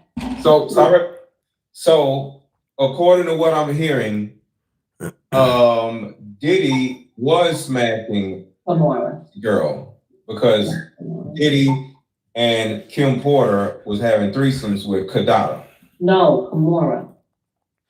Oh, It's so crazy how so many people are just having sex with other people. It's hard to keep up with. It's crazy. Women. It was, no. Kimora and Kim was smashing Diddy. Anybody on here new, make sure to click the blue link that is in the chat. Click the blue link that is in the chat. To the people that are new, make sure to buy one of my card games. I'm shipping out card games right now as we're playing this this audiobook, and get your card game and I'll ship it out to you as soon as possible. I got about 300 card games, but I'm gonna get to at least probably 100 tonight, and 100 tomorrow, and 100 the next day. But make sure to click the link, click the blue link that is in the chat, and check out one of my card games. And they was having threesomes together. Not Kidada, no, not Kidada. Okay. Because according to this, Kimora would get jealous. Kimora didn't want her smashing Kidada. Kimora would get jealous of who? Of Kidada. If Kim was to have sex with Kidada, Kimora. Oh, because Kimora was claiming Kim. Right. Got it. This is a lot, but okay. I'm glad you're here. If I would have been reading this, I wouldn't know what the hell is going on. So thank you for You're welcome. this is crazy. Who's being jealous of what? Okay, go ahead. Okay. So then she said, Kidada and Pop were the greatest couple. He was always so cool and yes, sexy. She was so beautiful and fun. Before all the tension and beef, we used to all hang out together. It was always dope vibes, but with Pop shooting and the suspicious surrounding Sean and Jimmy, the vibes between Kadada and I weren't always perfect. Then came that night. Award shows weren't anything new for us. At this point, we dogged up as the men groomed. We didn't choose what we wore. A stylist prepared our color palettes, a makeup artist did our makeup, and a hairstylist did our hair. This was just the way of things. We shared the best stylists in the business. Sometimes we would all go to the studio for an event to get our measurements taken, but this time, it oughta seemed different. I felt like something was wrong, but when I probed her, she wouldn't say anything. Then the day of the event was here. We would all see each other inside. Even though Sean was my man, as far as props, I had nothing on Kadada. Being Quincy Jones's daughter had perks, and superstardom was among them. Pac wasn't there. When she saw us, she came over to our table. We sat around, kicking it in a very dope vibe. Sean knew he wasn't to clean. Sean knew he was going to clean up this award show. He had all but taken over the East Coast musically. With all the hits, there really was no way he wouldn't. Bad Boy is Hall of Fame stuff now, and Sean P. Diddy Combs knew it. Sean smiled at Kadada as she sat at our table, but something about that smile didn't seem authentic. Soon I would know why. He's sick when he has a grudge against someone. As she sat, Sean said, Bad Boy is going to clean the fuck up. From his table with Faith, Chris replied, hell yeah. And that new shit we busting out gonna have these niggas sick. Kadada signals for the waiter to pour her a glass of ginger ale that sat over at her table. As the waiter refreshed her drink, she said, Pop's music gonna get some love too. Sean grimaced. Oh, come on, Sean. I know y'all got y'all differences, but you have to admit the man makes great music. Sean looked at me out the corner of his eye. Wait, Sean as in Jay-Z? No. Sean is in, remember, Jay-Z is called Carter in this book. Gotcha, okay. Sean is Diddy. Sean looked at me out the corner of his. I wonder how much of this Quincy knew about. Quincy and Christian Combs, they did Diddy parties in Atlanta. They did their own Diddy parties. They are co-conspirators of all this. I don't even see why they ain't in jail. So they've been doing the same stuff. That's why I say F all of them. All of them are trash. I then took another sip of his favorite cognac and replied, Bad Boy got the hottest music on the fucking planet. I ain't tripping. Everybody gotta get their shine, right? Kadada sighed. Sean, Tupac thinks you're involved with him getting shot. Oh! You two were close. You need to make this right. Sean responded indignantly. Why the fuck would that nigga think I had anything to do with it? Kadada retorted, Sean, can you blame him? Sean was obviously not happy with that question. By his reply, hell yeah, I blame him. We had a good thing going. All of us. That nigga turned on me, and he has the fucking balls to blame me for his shooting? The indignity he managed to spew out while lying through his teeth was something I did not expect. I was thrown back for a moment before interjecting. Dad, do we have to do this tonight? It's Sean's big night. Kimora heard the ruckus and made her way over to the table as well. She sat down and said, hey, everybody, with that big dimpled smile. I smiled and replied, hey. Kadada also seemed happy to see her as she said, hey, what's up, Kimmy? Kimora, never the type to hold her tongue, went straight at it. The whole place is buzzing with the fact you're sitting here accusing Sean of having Pac shot. Y'all kinda loud? She laughed. Kadada seemed embarrassed as she looked around to see everybody staring and whispering. But yo, y'all make sure to hit the like button and share this video. Hit the like button, hit the like button, hit the like button, hit the like button. We need our likes up a little bit. Likes need to be up a little bit more. Everybody hit the like button. Take a second to hit the like button. If you have not already hit the like button. She wasn't about to back off. In fact, she doubled down. Anybody here not talking about it ain't real anyway. We all know Sean was behind it. Kimora forced a smile. Honey, we don't have to do this here. Kadada made clear she was not to be silenced as she continued. Oh, let's not hurt the feelings of Sean Puffy Combs.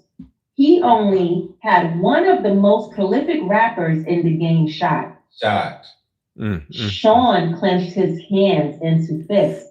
If this was anyone else, this would have turned ugly, but this was Quincy Jones's daughter. Sean was a monster in the streets. Well, feared by men that knew, but he did not want any of the smoke Quincy Jones could bring. Kadada could continue with impunity. Sean could not touch her.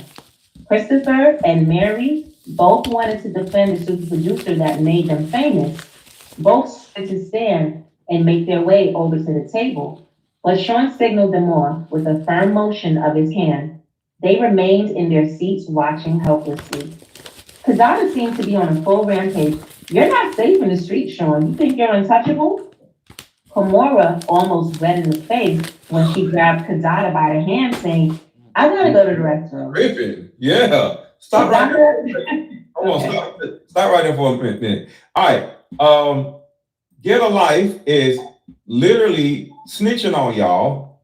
I'm loving it. Good job, Mr. Lego. Oh, Get a Life isn't snitching. Who was snitching? Somebody was snitching. Here we go. Real As It Gets is snitching on y'all. We got 863 people in here all together. Take a second. Everybody hit the like button. If you haven't hit the like button, I'm talking to you. So we're gonna take a quick break, and I need at least 300 likes when we come back. I'm not playing with y'all. Hit the freaking like button.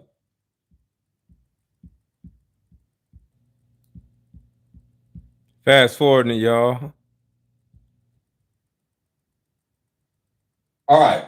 So somebody tell me where the likes are. Somebody let me know in the chat, where are the likes? Hopefully we are now at 700 likes at least. Somebody let me know where the likes are, and then we can keep going. Report what the likes are, please, and thank you.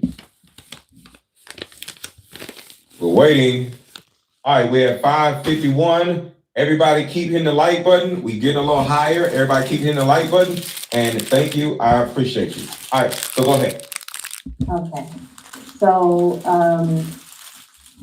Komora almost seems right in the face, and she grabbed Kadada by the hand, saying, I gotta go to the restroom. Kadada, not willing to stop, snatched her hand away, yelling, let go of me. Komora needed her to get a grip and said sternly as a parent speaking to a child mid-tantrum, Doc. Kadada turned to her and yelled, what? Komora nodded toward the crowded room, and Kadada looked around. Here she deflated slightly. Komora, now in control, spoke firm but softly, let's go, powder our nose. Kadada nodded with a... Yo, let's get 5 more card games sold. Let's get 5 more card games sold. For those who don't know, just came out with my mother-daughter card game. It's for women who have or may have had a tumultuous or strained relationship with her mother. And this card game right here would literally help you deal with that or cure your issues with your mother by simply having these intimate conversations with your mother. You have is super thick. There's a deck for your mother, and there's another deck for the daughter. The decks look like this. So your mother has a deck, and your daughter has a deck, or the daughter has a deck, and y'all just ask each other different questions. And the coolest thing about this card game is, read this. Describe the emotion you are feeling. There is 2 emotion cards. So say you ask your mom a question that's in this card deck, and say she feels attacked, judged, or triggered. You calm everything down by giving her the 2 emotional cards and say, so mom, can you articulate the emotion that you're presently feeling? and she'll say, I feel overwhelmed. I feel anxious. I feel hurt. I feel angry. I feel attacked. I feel excited. I feel loved. I feel insecure. I feel confused. I feel helpless. I feel offended. I feel alienated. And now your mom isn't just mad or triggered. She now can literally articulate specifically how she feels, right? So now, say your mom says, I feel offended. Now you can say, okay, so what offended you, mom? And now she can literally articulate how she feels. And now y'all could both have a very in-depth conversation about why a particular question made her feel offended in particular. So this card game right here is changing people's lives. I'm telling you now. Click the link in this chat and buy your mother-daughter card game. Gave a sharp look back at Sean as she walked away. As the tension slowly melted away, I asked Sean, you okay? Sean didn't reply at first. He looked around, saw that no one was really paying attention. Now the ruckus had died down and stood to get the picture of ginger ale from Kazada's table. He poured himself a drink from it, looked around again, saw no one was paying attention, and put the picture under the table. What was he doing? Then I heard the distinct sound of liquid being poured into, the sound of liquid being poured into liquid. Oh my God, is he peeing in the pitcher? He smiled at me as he brought the pitcher back from under the table and finally replied to me, I'm good. He then stood and returned the pitcher to the table. I was in awe. I knew he had a temper, but this was disgusting. I'll never eat or drink something after we have an argument again. Kadada and Kimura made their way back to Kadada's table to sit as Sean watched on quietly. Sean made small talk. What songs do you think they'll give me awards for? As Kadada poured a drink. Sean's bodyguard made his way over to the table. I think he stopped her from drinking as everyone else just sat and watched. Jean risked incurring Sean's wrath. If I'm right. Relieved, I replied, babe, your catalog is crazy. It could be a lot of songs. Sean glared at Kadada's table the entire night. So she just confirmed what Gene Deal said. Did you ever hear when Gene Deal said that he peed into the pitcher and tried to get Kadada to drink it? He peed in Kadada's ginger ale.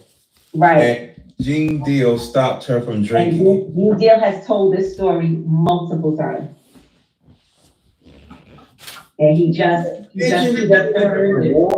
Can you imagine being at an award show and you pull your dick out and pee in somebody's picture of what the fuck? Okay, keep going. This is absolutely nuts. This is worse than I ever imagined. Yeah. So now we're on chapter 9, and this is going back to Cali. We had a wild night. It was after one of Sean's infamous parties. Everyone was there, and we not only had threesomes, but we also swapped partners. Yuck. They're just disgusting. Our sex life was crazy, but I got to do things with Sean I would never have been able to do with a straight man. Isn't this the chapter you was trying to read earlier today? Yeah. Okay. I was so mad that I wasn't on the live with you because I'm like, oh my gosh, dude, you had it right the first time, but then you started saying other stuff that just wasn't right. But let me finish. Okay. Our sex life was crazy, but I got to do things with Sean I would never have been able to do with a straight man. Sean cared about me, but it was becoming more and more obvious that he preferred men. I was beginning to think that I was there more to cover his wild desires than because he really wanted to be with me. He was like Caesar, every woman.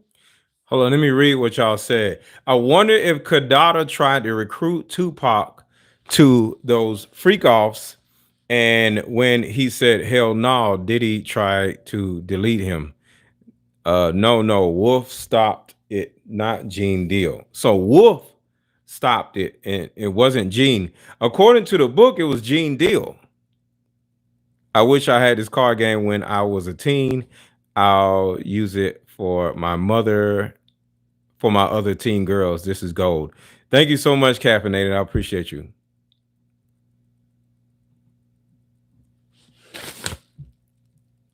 Man is every man's woman. But truthfully, at that stage, I was becoming okay with it. I woke up and left the bedroom where I was with Jada Pinkett. Listen to this, And Jada Pinkett. Sean happened to be coming out of the bedroom with XXX and Will Smith. Yes, XXX attended the parties from time to time. So she bleeped out somebody's name, but she didn't bleep out Will and Jada's name. So it has to be somebody bigger, like somebody like a Michael Jackson or a Prince or somebody that's bigger than Will Smith. Because there's not too many people that are bigger than Will Smith other than a Prince or a Michael Jackson. Like anybody you would think that would be bigger than Will Smith back then? Damn, Will Smith was bigger than anybody. 190? Other than them two. Oh. Unless it's like a religious person or something like that. This is like 1989 or whatever. What is But this? Sean, no, this is 90, going back to Cali. This might have been like 96, 97. 96. 96, going back to Cali, yeah. Or LL Cool J. And LL Cool J will punch you in the face. So, you don't know LL Cool J. I don't know. Yo. So wait, so that means I was right because I said Will Smith. You did right. You was right the first time, but then you started going off. Oh no, it's a woman rapper, and I'm like, no, it's not a female rapper. Yo. You were right the first time, yeah. Yeah, Will Smith. And so, okay. So is this, because I want to back up a little bit. Who was having sex with who? Will Smith, Jada, and all that other stuff. So she was in the room with Jada Pinkett. Mm-hmm. She got up to go, she woke up and left the bedroom. Mm-hmm. Jada stayed in the bedroom. Sean happened to be coming out of the bedroom with XXX and Will Smith. So there were two guys in the room well, I don't want to say that because I don't know who XXX might be a girl. Right. So I don't know who XXX is, but he was in the room with two people. And then she said, yes, XXX attended the parties from time to time. I could see him and Will kind of snuggled up on the bed together. So it was a guy. It was a guy. It was a guy. I could see him and Will snuggled up on the bed together. I was grateful. I wasn't asked to join in that room. I really didn't like XXX. Sean smiled when he saw me. Good morning. Here with the orgies, he wasn't very affectionate. He didn't have to pretend, but he couldn't walk straight. Whoa! Diana, I think it is Dwayne Martin. But why would she protect Dwayne Martin? I don't know. I'm not sure. I don't know, but I'm just wondering. Yeah. So other than Dwayne Martin, do you think it was somebody else or do you think it was Dwayne Martin? I mean, either Dwayne or Clyde. I don't know. But I don't think Clyde would be coming to the house to do that. Coming to where they are to do that. I don't know. And she mentioned Clive Davis before, so. Yeah, maybe. Okay. All right. Dwayne Martin it is. Okay. So he didn't have to pretend, but he couldn't walk straight. I knew how his ass felt, literally. We've had sessions playing with each other's anal cavities. I wanted to be home before Quincy woke up, so I told him, I'm getting ready to go. He responded, let's have a cup of coffee first. This meant he wanted to talk. I didn't know what it was about, but in situations like this, I really didn't have a choice. He was becoming more violent when he didn't get what he wanted, and I really didn't want to fight, so I sat down. But before we started talking, XXX came out the room. Sean was wearing boxers. XXX was in his birthday suit. XXX addressed us morning. When he turned around in order to close the door, there was a dried cum stain on his neck. I can't. Oh, Jeez. I cannot. Oh my God. this is crazy. Right, cum stain. Oh God. XXX walked over, pulled a chair out to sit down next to us. and lit up a blunt. Definitely wasn't Clive. Okay, it was somebody black. It must have been somebody black. Sean stretched, smiled, and said, "This East Coast, West Coast beef is more lucrative than I thought, but it's getting dangerous." XX responded, surprised, "Business first thing in the morning? Damn, cuz, you on it." Damn, cuz. Oh no! This is the West Coast person! This is the West Coast person! Yep. Sounds like Snoop to me. Sounds like Snoop Dogg to me. Damn, cuz, that's a West Coast person. Black Beauty, I think you're right. No, I don't think it was Snoop. Well, it was damn, cuz, that's West Coast, Aaron. 90s. It was in the 90s. Oh my God. That is West Coast. Damn, cuz, that's West Coast. Mad at Poop Dog.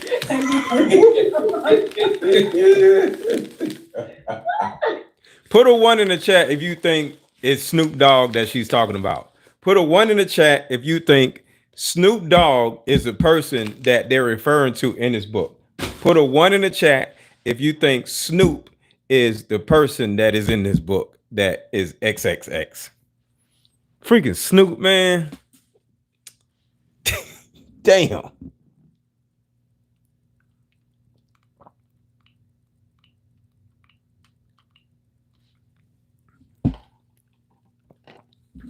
Not the big homie. The big homie Snoop. Uncle Snoop. Golly. Put a 1 in the chat. Y'all think that's Snoop. Damn. My whole childhood is ruined. God, no. Ice Cube don't say cuz. Easy E, nobody cares about Easy E, so they would have named Easy E. Easy E was dead at that time. Oh yeah, Easy E was dead. That's right. Easy E dead. I'm just looking at what they're saying. Yeah, nah. It sounds like Snoop. Yeah, I don't think Dr. Dre says cuz. I don't think. Yeah, I don't think so. Oh yes, Leon, yes, Diddy and Snoop was friends during the East-West Coast beef. Absolutely. There's only 2 people that say cuz every couple words, and they look alike. She just told me. I'm convinced it was Snoop Diggins, whatever the hell he called himself. Because what's the name wasn't big back then, so it's not him. Oh my God. Okay. Nah, Buster from New York. Buster wasn't saying cuz. You don't say cuz, yeah. Money. Buster wasn't saying cuz. Yeah, it was Uncle Snoop or whatever y'all call him. Auntie Snoop. Oh all right. So yeah.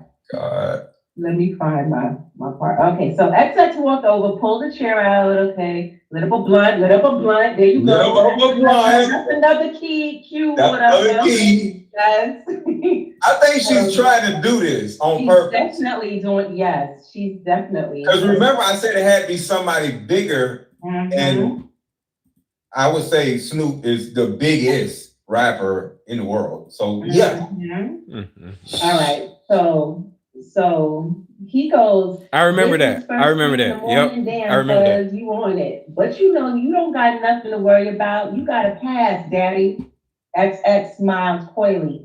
Sean apparently had something to talk about with XX as well, because he said, "I can't protect everybody, especially if someone is no longer going to be on my list." It was apparent XX was taken aback by this turn of events, by his reply.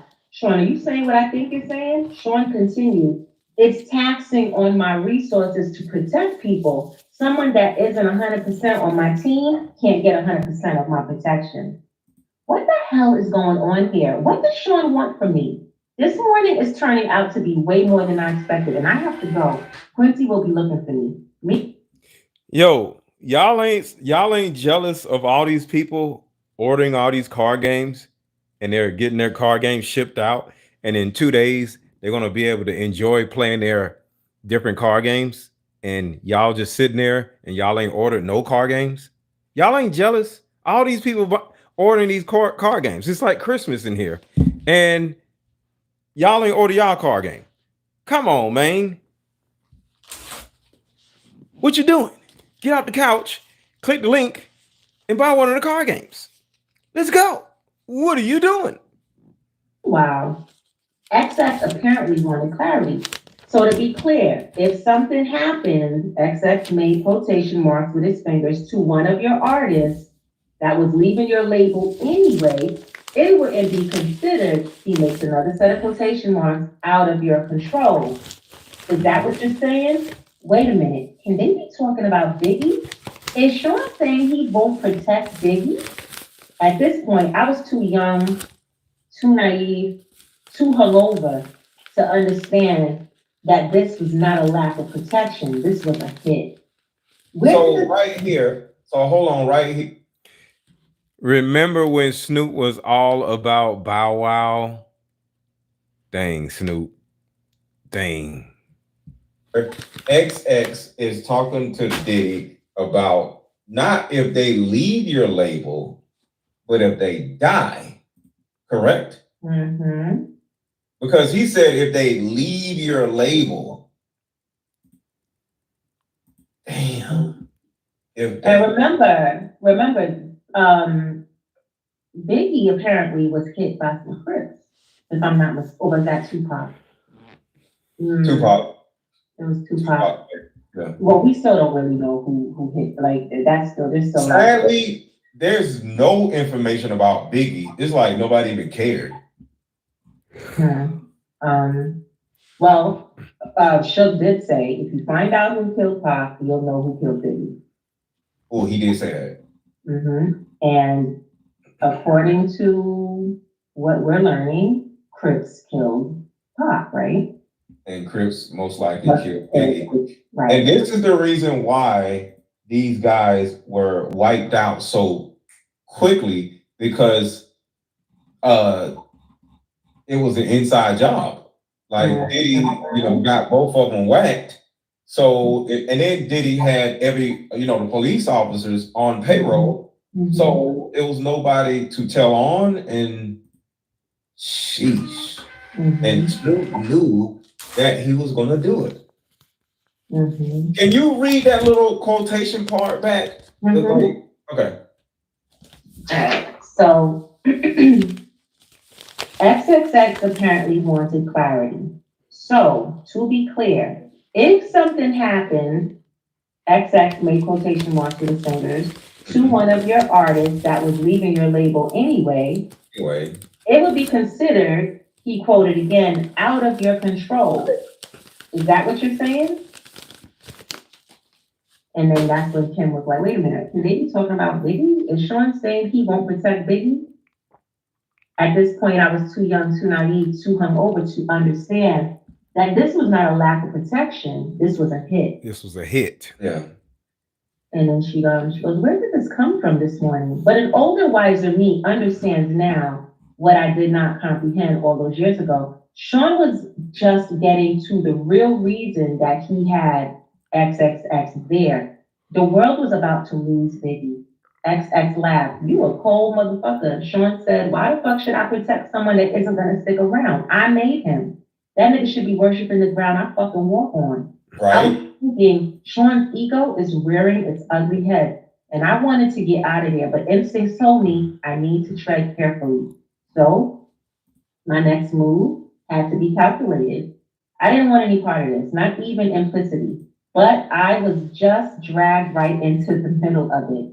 If what was happening here ever comes out, will I be held as an accomplice? But even as those thoughts crossed my mind, I couldn't just pretend this was okay. So I said, but Sean, he hasn't left yet. They're just rumors. Are you going to let him die because of some rumors? Sean glared at me, the anger in his voice obviously stemming from the hurt, as he said, I know when I'm being betrayed. I am not killing anyone, but I am not protecting somebody that doesn't have my back 150%. Fuck that. Dang. This was really out of control. My mind began to race. Is there a way to get through to him? Maybe I could use the finance route. Sean, he's bringing in so much money. Mm. You put so much money into cultivating him. Are you going to throw away all of that money? That's He when will leave anyway. Who cares? yeah. That's when he revealed how thought out this meeting really was. If he leaves, he takes all the money I invested into creating him, Sean size. But if he can't protect himself and something terrible does happen, then the money I would make off his death would blow away all the money we made so far. Oh shit! That's literally what happened. So I want y'all to think about this, because this is what's crazy. This man deletes Biggie, and then he goes on tour on his "I Miss You, Biggie" With his wife. shit, and gets his wife to sing background vocals for "I Miss You, Biggie" when he's the one who deleted the man. Faith Evans. Mhm. You get your own wife to run around saying, I miss you. And Kim knew that he deleted him and watched, not saying she was terrible when he did this, but she watched Faith. Yeah, she heard a lot of stuff. They're dancing around and touring with a man that killed her husband. That's just crazy. Faith was Biggie's wife, and she sung on the same song that he talked about him dying. His own wife His own wife. sung the vocals. The mother of his kids. Everybody, Faith had sex with Pac and lied about it. So I don't really believe nothing Faith says. Like, Faith, I don't believe that's silly. You got a point. And she probably married Biggie's fat ass because of some yeah, because Biggie was ugly. So I back then I really like had a crush on Faith, right? And I used to be like, why she married his ugly ass? So I kind of like didn't understand it. So it was all business probably. Yeah. Aaron, real quick, is it okay for us to be reading this book? What do you mean? Like, you know how you're not supposed to play music on YouTube, other people's music? It's okay for us to read the book? Well, if you sing other people's music, that's okay, right? Oh, I guess. That's not other people's music if you're singing it. Mm. You can't play somebody's book. You can't play somebody's song because it's music, right? But you can say whatever you want to say as long as it's not on cuss words or whatever. So we could be reading anybody else's book. And No, I have a channel, so I just want to make sure you're Yeah. You good. Nobody can say anything or do anything because this isn't like copyrighted music. You can't copyright the words of a book. You can copyright the name of the book, and nobody else can come out with the same name of the book. But you can't copyright the words of the book. You can copyright the title of a book. Okay. Yeah. So it's not copyrightable, not the words of the book. Okay. You good. All right, this was a long chapter, actually. This chapter is almost done. So he basically said Sean, he continued. No, I was perplexed. Sean, she's saying this. No, sorry. I need to go back up. If he leaves, he takes all the money I invested into creating him, Sean size. But if he can't protect himself and something terrible does happen, then the money I would make off of his death would blow away all the money we made so far. I was perplexed. Sean, he continued, he's worth more to me dead than alive. Sean Combs is a calculated monster. It actually makes sense. Yeah, I'm sorry. Like looking at it from his brain, it makes sense because he invested all this money promoting him, and then he turns around and says, "I'm out of here," and then he's going to take Tupac with him. So imagine, okay, you got to look at it like this: everybody is fighting for a piece of his pie of the rap game, right? You got Death Row over here, you got Bad Boy over here, and the only reason why Bad Boy is because of Biggie. and then you got Tupac, because Tupac wasn't with Death Row at first. So you got Death Row, Snoop Doggy Dogg and all them. Then you got Tupac, and then you got Biggie and Puff, right? So if Biggie and Tupac got together, that would take up one half of the. Yeah, Pebbles was crazy also. I heard a lot of stuff about Pebbles because Pebbles was in Atlanta. So I heard so much about Pebbles. Pebbles was the manager of TLC. She was crazy.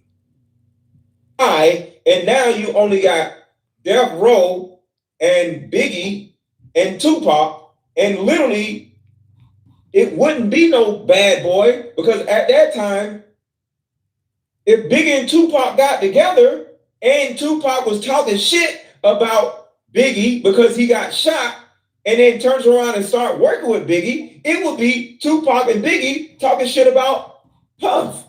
Mm-hmm. Does that make sense? And Puff ain't got no artists to reply to them, because now you got the two of the biggest artists in the world working together, start their own label or whatever.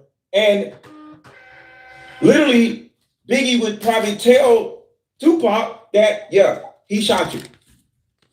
So they gonna be making diss records, and they would have ruined Diddy's entire career. Because the thing about it is, if Biggie leaves Bad Boy has nobody else, because ain't nobody left. Because you don't have any artists anymore.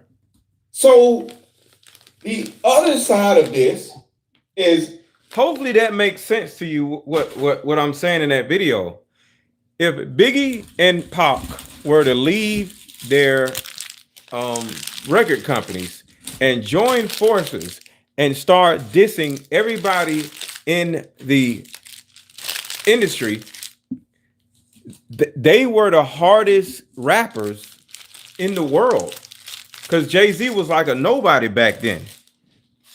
So they would have ran the entire industry for years, because nobody's bigger than Biggie and Pac. Those are known as the two biggest rappers ever. Imagine if Biggie and Pac would have came together and started dissing Death Row, and started dissing Bad Boy, and started dissing Rockefeller.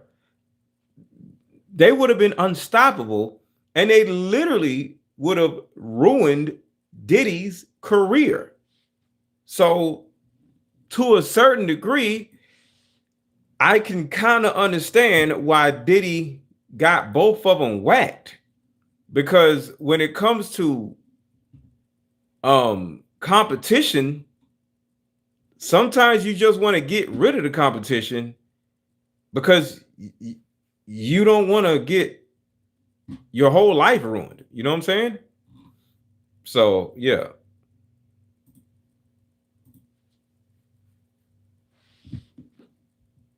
Getting rid of Biggie and then doing what Puff did, acting like he misses him, and he made more millions. It makes all the sense in the world. It makes sense. I'm not saying that I would have did it, but if I was sitting in the room hearing this logic, I would have been like, makes sense.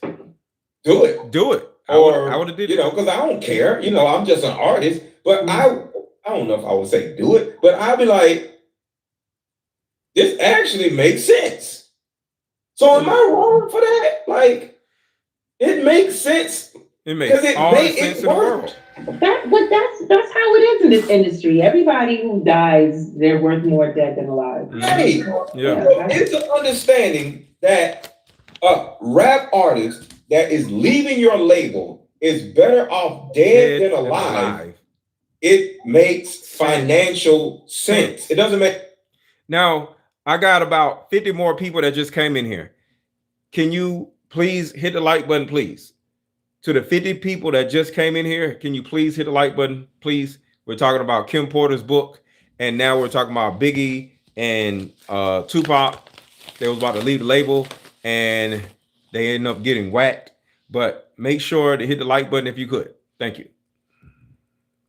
Moral sense, but it Right. makes financial sense. But go ahead. It makes sense. She's crazy. Yeah. Yeah. Okay, so we just go, I know it's Snoop. I'm just gonna, Snoop chimes in. I get, Say Snoop kind of, yeah. yeah, I get that, fam. A lot of people out here want Biggie dead too. Without your protection, he doesn't stand a chance in Cali. Biggie's gonna die. This is crazy. I dare not say anything else about it. Sean Thank you, Ashley. I appreciate you. smiles and stands to walk over to a safe behind a picture. There he pulls out a bag marked with XX's name. He turns. Hold on, back that up. Hold on. But Ashley, did you buy your mother-daughter card game though?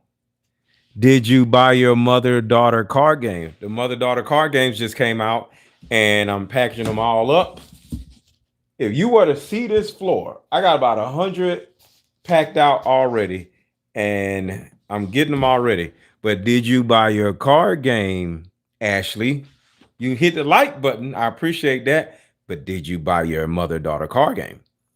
Come tomorrow, this card game is going to be $200. But right now, at this point, while I'm packing all this up, hanging out with y'all, this card game is $62. So if you've had a strained relationship with your mother or your daughter, make sure to click the link. I'm about to drop it in the chat for you. Click the blue link in the chat. Click the blue link in the chat. Click the blue link in the chat.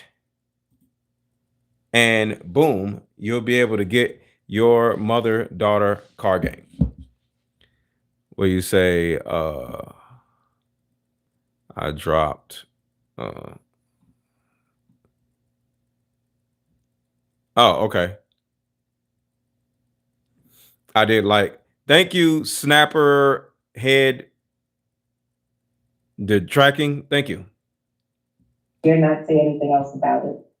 Sean smiles and stands to walk over to a safe behind a picture. There he pulls out a bag marked with XX's name. He turns to XX and says, that's why you're worth your weight in gold. You understand me. Here's a little something for you to take care of my people. Yeah, the Crips. XX smiles. Sean. Hold on, stop right there. Mhm. So some people may not know this, but Snoop was actually broke back then. Snoop left Death Row broke, and I don't know if anybody remembers this. He actually went to New Orleans and sat down and talked to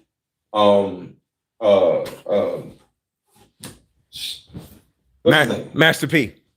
Master P. And Master P, I remember the story. Gave him Master some P money. literally said, here you go, here you go. He gave him whatever Snoop wanted because Snoop was broke. Yeah. So I can see Snoop being like, all right, I got to do what I got to do. And it, paid from this whole situation because he literally was broke. He was broke because who label was Snoop on when he first came up? Whose label was Snoop on? Death Row. Death Row. Wasn't it Death Row? Number, the G thing and all that stuff came out, was that? And the problem with Snoop, the reason why Snoop was so broke back then was because Death Row paid for Snoop to get off on a murder case. Do y'all remember when Snoop had a murder case and he was about to do prison time, and Death Row paid for the lawyers and the lawyer fees and helped Snoop beat that murder case? Do y'all remember that? That's the reason why Snoop was broke, because all his money went on, he didn't get any money. He just rapped as a favor for Death Row using their resources to get Snoop off. So that's why Snoop was broke, because he was in debt when it comes to that murder case. So that's the reason why Snoop was broke. Bro? Yeah, that was that bro. Well, yeah, he wasn't paying nobody. But that was Dr. Dre's album, not the Letter G thing. That was on the Chronic. That was. That's what I'm saying. So hold on, let me find out. Let me check real quick. What label was Snoop signed to when he first came out with Doggy Style? It was Death Row Records and It was Interscope. Death Row. Interscope. Okay. Yeah. Yeah. So, Diddy gives him a little something for you to take care of my people. Here's a little something for you to take care of my people. XX smiles. Sean, I love you, baby. You know I got your back. Your problems are my problems. I'll make sure to have my people take care of your people. I need to get out of here. This is crazy. I attempted to do, yeah. Sean, I want to get to Quincy before he wakes up. Sean looks at me responding, it's getting late. Give him a kiss for me. I'm going to get out of here. Thank God. XXX always with something to say. I'd love to meet the little type sometime. Not a chance in hell. Something about this guy creeps me out. I forced a smile. That would be great. And I made my exit. Yeah. Chapter 10. The lies you tell. How many chapters? We got 19. Okay. Chapter 10. The lies you tell. At this point, the relationship between Sean and I had been off and on for quite a while. And we were off at this point. He had put his hands on me again this time for something that didn't even happen. It was all in his head.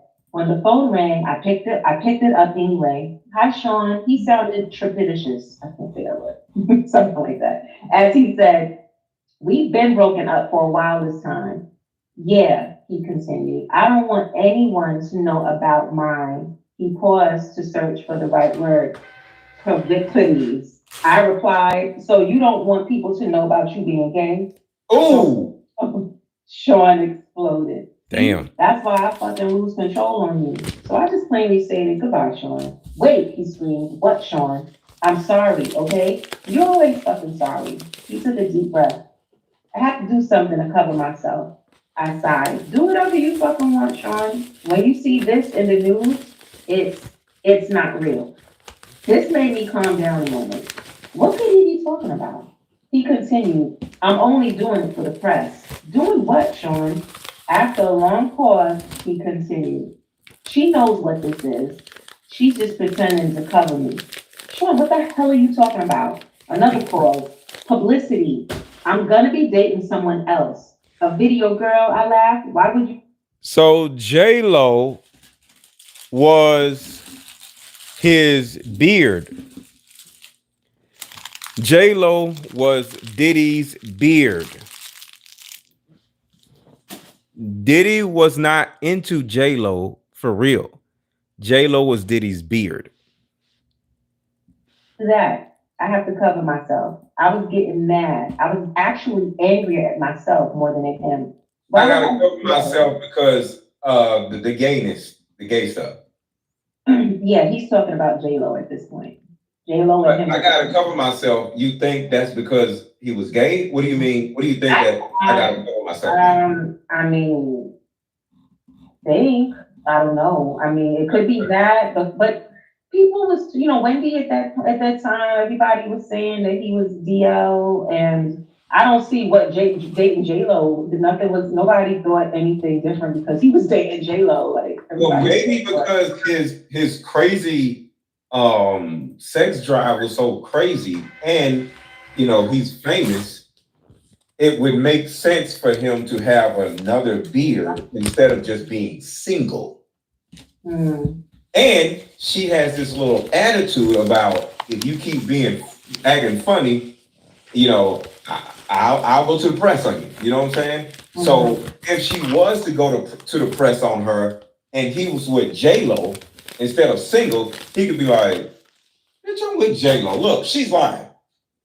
Right. You know what I'm saying? She's Versus jealous. just being single and still out here doing all this crazy shit. Because he may not be able to control his urges being single versus being with a woman. Because he's a drug addict, and it seems like, you know, even when he got caught by the police, he had sex toys and shit in his hotel room, even though he's about to go to jail the next day. So, yeah, golly. So, yeah, go ahead. So she says, I was sitting there actually comparing myself to video vixens in my mind. They are thick, but look at my body. Did he prefer them light-skinned, big-butt girls from videos? I calmed myself. No, I know he likes men any damn way. As I regained control, I asked, why the hell are you telling me? He sighed. I wanted you to find out from me first. Like I give a shit. He came at me with his favorite line, you know I love you. It was getting old. I could only think to myself, here we go. Love is a big, strong word. I'm tired of him throwing it around and using it when it fits his needs. He's using it while he's sitting here telling me about dating someone else. I replied, you don't hit people you love, Sean. Love doesn't hurt. He something sweet as he responded, come on, are you serious? That shit's for children. We aren't in fucking high school. Sometimes things happen. That doesn't mean I don't love you. I wouldn't hit you if I did. Oh, not I wouldn't hit you if I didn't love you. Like, Hell no. He goes, wait, that sounded wrong. You know, you said exactly what you meant. He took a breath. There was an awkward silence. The fact I was still on the phone and waiting for him to speak meant he had the power. He was more cautious That's as crazy. he continued. He didn't want to lose that power. Kim, no one that I don't care about can bring that kind of emotion out of you. I wanted to say, is that how you talk to dudes after using butt plugs? But there is a line I dare not cross. Instead, I said, you say that while you're dating some other bitch. That's just for the public. I was done. It could be heard in my voice as I said, whatever, Sean, do what you need to do. Leave me alone. I'm never giving up on us, he cried. I responded to that emotional control attempt with the little resolve I could muster. I didn't even believe the words that came rumbling out of my mouth. Sean, there is no us anymore. Goodbye. Tell Quincy I miss him. He threw out. His emotional manipulation was really driving me crazy. This time I said with much more conviction, goodbye, Sean. I hung up, manipulated bastard. Chapter 11, Mole Problem. For while I was actually happy to see Sean gone, I was getting older and the sex parties were out of control. I was getting more time for me to slow down. Quincy was getting older. I knew that if I kept going, the rumors circulating were going to eventually find a way to get back to him. What will he think of me? Chris is about to take his trip to California. I didn't know exactly what was going to happen out there, but I felt like Tiana Wallace was about to be an orphan. I know I didn't recognize that. As I was sitting there contemplating all of this in my robe, sipping my wine on this Friday evening, my doorbell rings. I was not expecting company. I opened the door and found Sean. My heart skipped a beat. I was shocked, but recovered quickly. I forced a smile and told him with a slight slurred speech, hey, come on in. Shit, I am way more intoxicated than I thought. Sean entered, looking around suspiciously, then turned to me and smiled, saying, you haven't been returning my call. I just wanted to make sure you're okay. I'm fine. He obviously was here out of concern, quote unquote. He was checking to see who was here. Sean was controlling like that. Yes, even though we were not together, he was dating someone else. He started to make his way to the living room. I attempted to put a quick end to the visit, but it came out a little more directly than I intended. So since you can see I'm fine, you can let me go to bed now. Part of me wanted him to stay. As he entered the living room, I was forced to follow Sean, was very direct with his next inquiry. Is someone else waiting on me? No, but Sean, we're not together. You're dating someone else. I can fuck whoever I choose. With this, Sean became irate. He fiercely slammed me to the ground. Then he pulled out a 22 and sat it on the end table. He turned to me calmly. I was scared. My voice quivered as I pled to him, Sean, please stop. Quincy's here. How did we get here? How did we get to the point that he was in my living room threatening me with a gun? He knelt on one knee and got right in my face to say, You're mine. You don't have a choice in that now. I can't live without you. He stood up, composing himself. I was terrified as I whimpered, Sean, that's not love. Sean picked up his gun and cocked it. He looked at me almost thoughtfully and asked, have you ever heard if I can't have you, no one can? Sean, please don't. Please. Quincy will hear you. Sean smiled and put the gun away, saying, oh, this is just for dramatic effect. I will never shoot you. If I was going to kill you, no one will trace it to me. You know how many people I've had to take care of over the years? It would be quiet. Something in your food or drink. That part right there. I'm gonna make that. Yeah. Did you? I'm back that up a little bit. I need y'all to hear that part. Away saying, oh, this is just for dramatic effect. I will never shoot you. If I was going to kill you, no one will trace it to me. You know how many people I've had to take care of over the years? It would be quiet. Something in your food or drink. Something that will never get back to me. What? Do you understand? Mm-hmm. I would do what? I would, what he said? He said, I would do something. You understand? He said, I wouldn't shoot you. Do you understand? I could only nod, tears flowing down my cheeks. He looked at me thoughtfully. As he reached down to help me up, I could do nothing but agree. He's a terrifying monster. Now, he wanted to smooth it over, and I had to go along with it. What else could I do? Listen, baby, I don't ever want to hurt you. You know I really love you, or I would have moved on. Thinking about my life without you is just too hard. If someone ever tried to hurt you, I would kill them. My back hurt from where I hit it on the side table when he shoved me. All I could do as he helped me up was nod that I understood through my streaming tears, which he wiped. He looked towards Quincy's room.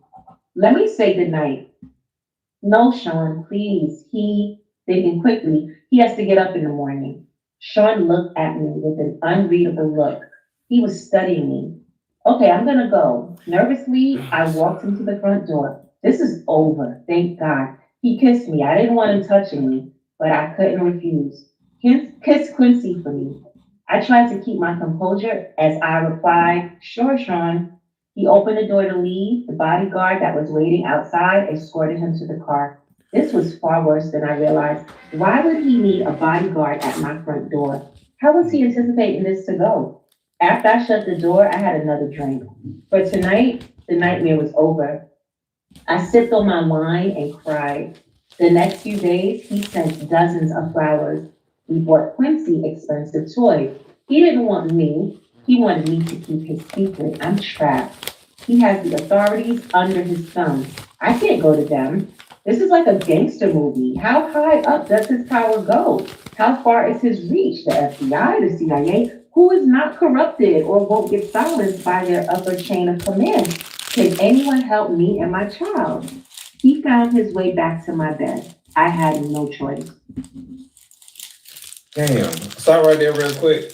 Somebody said, did you read my my comment? If you want me to see your comment, you have to put it in the super chat. When you put it in the super chat, there's a $sign button at the bottom. It'll show up in color and I'll be able to read your comment. So if you want me to read your comment, put it in the super chat and I'll read your comment. But I'm paying attention to what she's doing. So no, I didn't read your comment. It was flashing, because as people, I didn't get I just read the last words, and the last words was like, did you read my comment? So I didn't read the comment. I just read, did you read my comment? So if you want me to read your comment, put it in the super chat and I'll read your comment. But, so right now she's at a point where she literally knows that he has the ability to poison her whenever he feels like it. And then the reason, in my opinion, the reason why he has security at her house is because just in case there's a dude over there, I'm assuming. I guess so. I guess if he, because wasn't Gene his bodyguard? Yeah, I'm assuming, if there's a dude over there and he comes over there, he's gonna beat up the dude or something like that. Yeah. Damn. Yeah. So this next chapter, okay, chapter 12, A Mama's Love. The calamity that ensued behind the death of Biggie shook the East Coast. It rocked me as well. Sean could have stopped it. He was complicit in it. He was a contributor. He knew it was going to happen and didn't stop it. This was his friend. No, they were not nearly as close as Sean would have the public believe, but still. Gene said the same thing, Gene Dill. As far as Sean was concerned, we were great. To the public, we were just having the off and on relationship of a normal couple. And I probably just seemed like a money hungry hoe.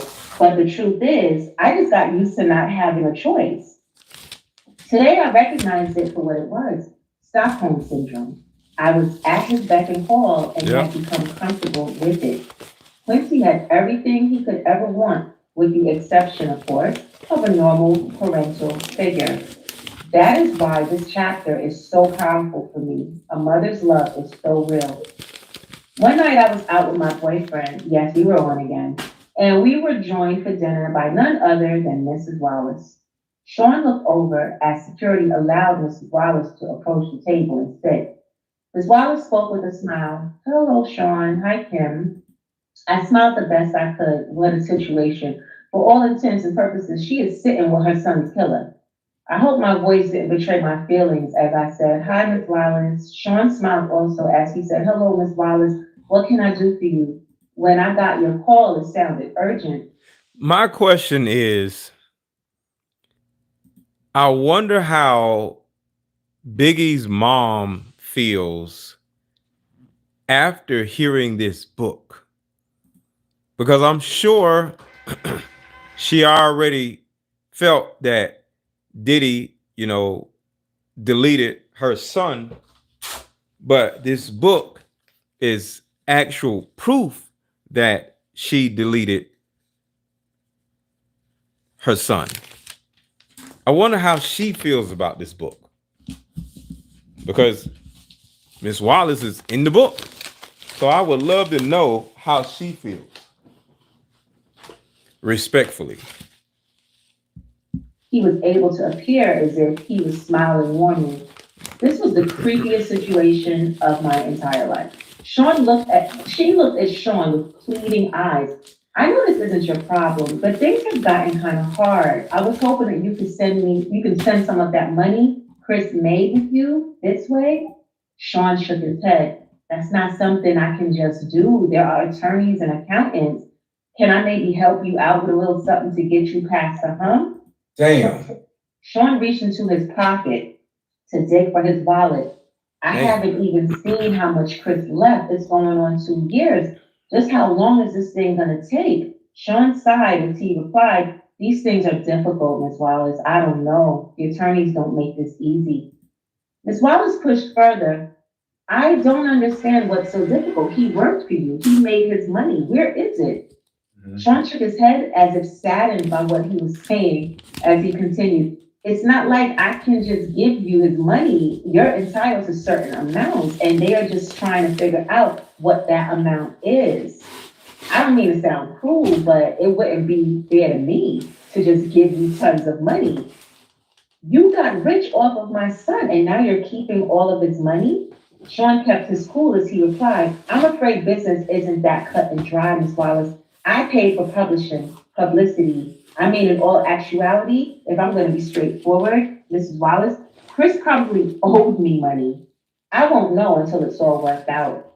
The anger in Miss Wallace's voice barely overshadowed the pain, or perhaps it magnified as she uttered the only words she could muster. You bastard. Sean didn't flinch. He just said, look at the contract. I'm honestly trying to get him as much as possible out of it, but I have investors. I can't just take the money that doesn't belong to him and start giving it away. Can you stop? Can you stop right there? To a certain degree, he's telling the truth. Just like right now, like we got about almost 1,000 people in here, right? If I was assigned to somebody, right? And when I signed to them, say now I got 20,000 people in here watching, right? And I'm getting all kinds of super chats and all kinds of cash apps or whatever. The chat is going crazy or whatever. And then, or either the company is getting all kinds of super chats and cash apps or whatever, right? This is what I can do by myself, right? Few cash apps, few super chats, whatever. And if a company actually came in and blew up my channel, next thing I'm getting all of this attention, I can't turn around and say, hey, you owe me all this money. I see all these cash apps and super chats or whatever. They can literally be like, nigga, it's because of what we did. What was you getting before? You get what I'm saying? You don't see a whole bunch of super chats going left and right and all that. You don't see, it's some every now and then, but it's not, So the thing about it is, he's telling the truth. When somebody is behind you and they're investing millions of dollars into promoting you, They got to recoup that money. The investors got to get their money back. So to a certain degree, I understand what Diddy is saying. He may still be wrong, but he's hiding behind, I don't know. But to a certain degree, he's right. I do understand what he's saying. And yeah, he's right. Like he's saying what he's saying is true, but he could have given her some money. Like he was Gina at the same time. Yeah. Yeah, he could have given her some money. But like overall, this is, and then at the same time, every artist knows when they sign their first deal, they get screwed over because you don't have no notoriety. Back then, it wasn't no Instagram, YouTube, and Instagram, whatever. So you just a street dude. You don't have no publicity, or you don't have people like buying your stuff. They don't even know that you rap unless Puff Daddy gets behind you. You know how many people rap, play basketball, and you don't even know how good they are because they're not in the NBA? You know what I'm saying? Yeah. So like, you can be as good as you want to be, but if don't nobody know that you're good at whatever it is you are, you're not gonna make any money. Until you get with a conglomerate that will put you in front of everybody, but that takes money to put you in front of everybody. And they have to invest in you because they don't know how good you may actually be. You're right. So I agree with everything that P. Diddy is saying. You're right, but at this point, Biggie done made Diddy his money triple times over. So he was definitely G.M. Wallace. I agree. Yeah. I'm just saying, in theory, it makes sense. Yeah, no, I get it. Yeah, and I mean, that's the business of it. But in this case, he was being a bastard. Facts. He was mad that Biggie was going to leave him. And he was being a bastard. So he don't care nothing about him no more because he about to leave. Right. But when we about to leave a job, we don't care nothing about the job when we about to leave. True. I'm just saying. But go ahead. Yeah. So, okay. Where am I at? Okay, so yeah, look at the contract, blah, blah. Okay. Miss Wallace exploded in response. You know good and well Chris didn't owe you a damn thing. Sean stared her straight in the eye unwaveringly and said he would have started making a profit after a few years. His money, until his album sales paid for studio time, music videos, publishing, and marketing, would have come from doing shows. I'm sorry, he isn't here to make that money. I miss him. Her response was deadpan. Did you kill my son? This is after he's dead.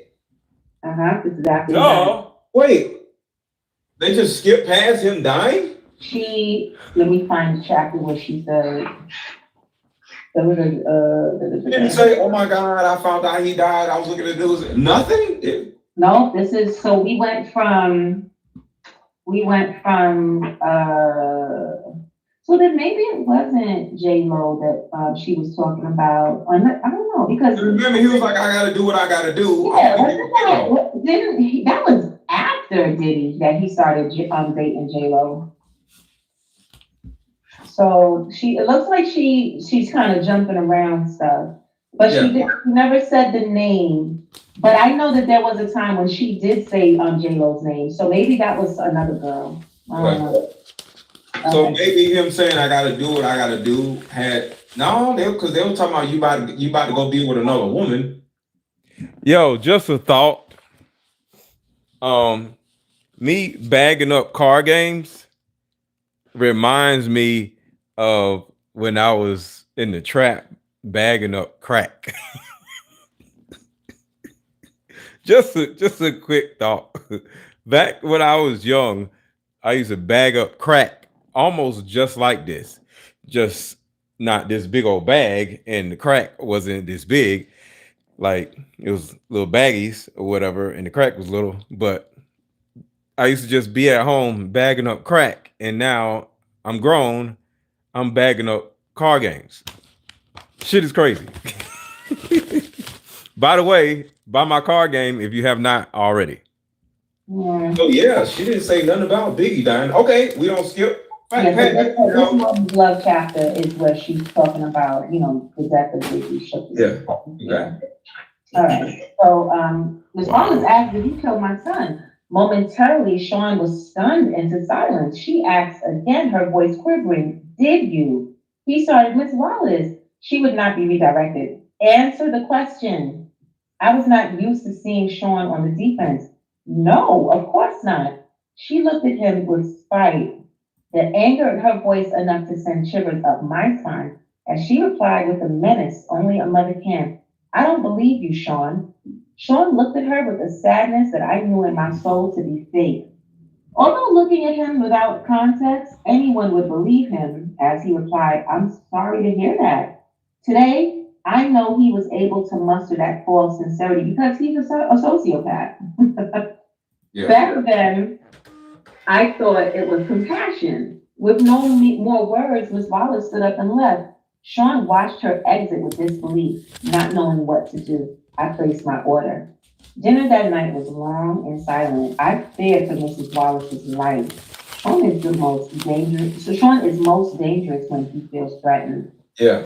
No, she could not physically threaten him, but this threat was very real. If she goes public with her accusations, Sean's image would be damaged. I have felt for myself the extent he will go through in order to protect that image. Damn. Yeah. Damn. He'll kill a dude, he'll kill his mama. Mm-hmm. And this is her boyfriend. Yep.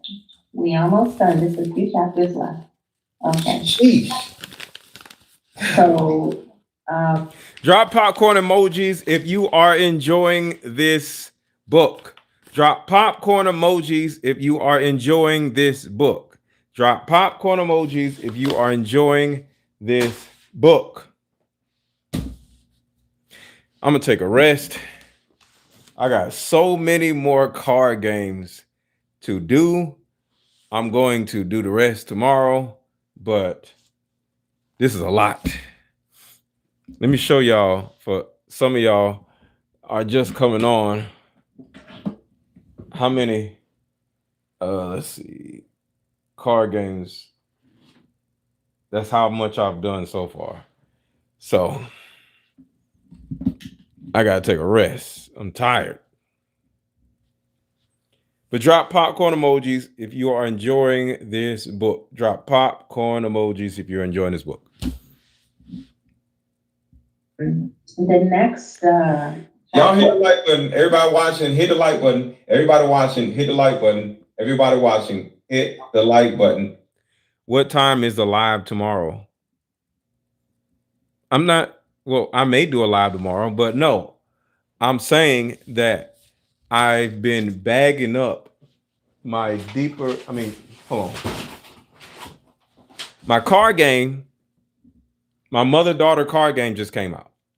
And a lot of people bought my Deeper Discussions card game. So these are my two card games. One for men and women, and the other one for women and their mothers, right? So I have two particular card games. And I've been bagging up card games for about 3 hours now. Just getting them ready to ship out. And I'm just saying, I'm gonna finish up tomorrow because I'm tired of just, bagging up car games all night. So I'm gonna do the rest tomorrow. So will I do a live tomorrow? Most likely. I do a live almost every day. Almost every day. So yeah, most likely I'll go live tomorrow. Is there anything that y'all want me to discuss that y'all have seen on social media? Is there anything that y'all would like for me to discuss that y'all have seen on social media you would like for me to discuss? I actually I may talk about this, and I'm not done with playing it. Uh-oh. What is she doing? She acting up. Golly.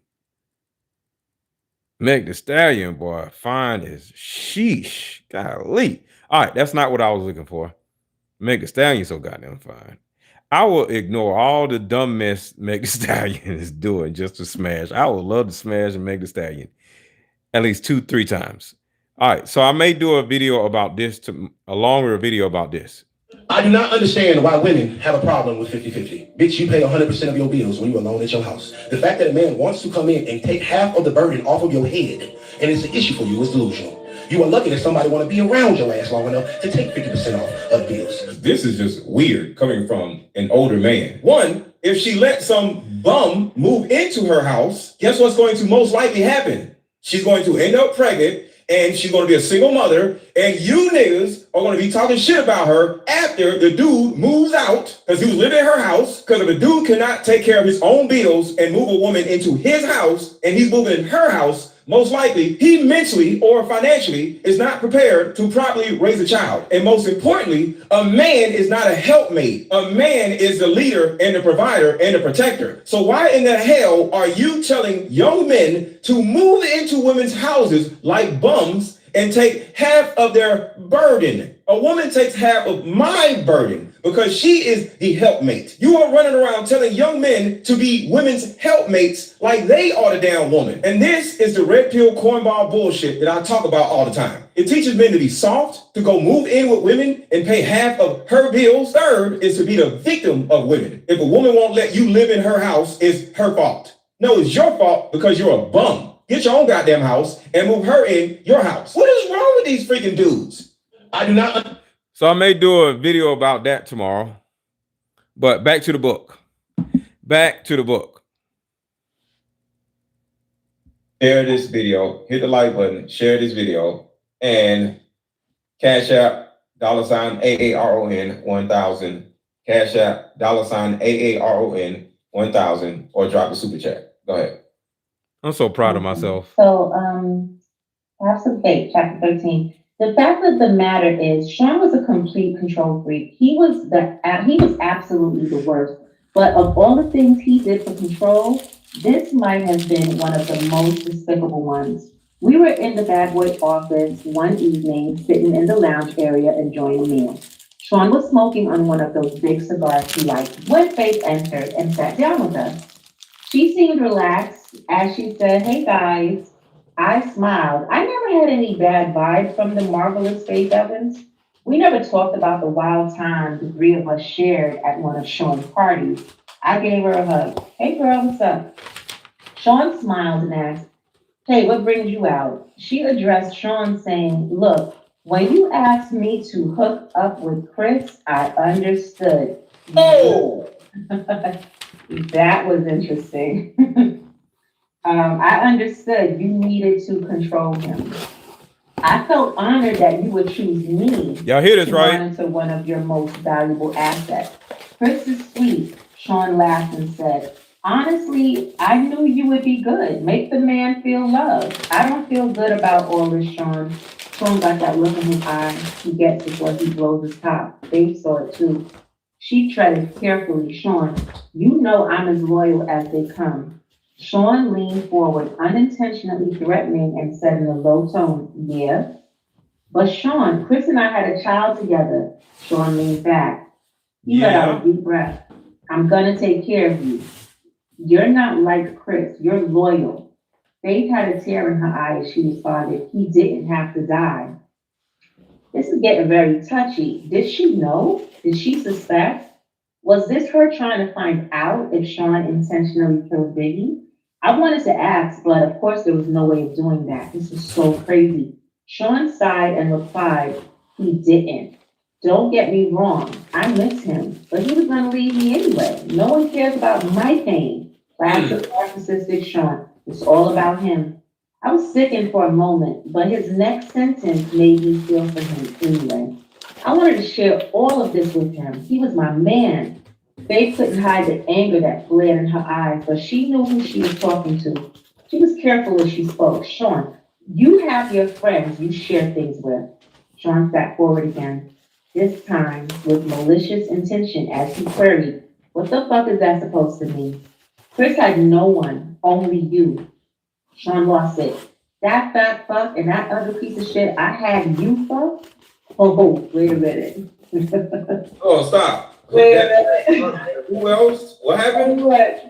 That fat fuck and that other piece of shit I had you fuck, I interjected while in shock. You had her fuck Pac? Sean glared at me and he answered, yes, fucking Pac. Wait. I'm so confused. That fat fuck and the other motherfucker that I had fuck was Pac? Tupac. Mm-hmm. Why?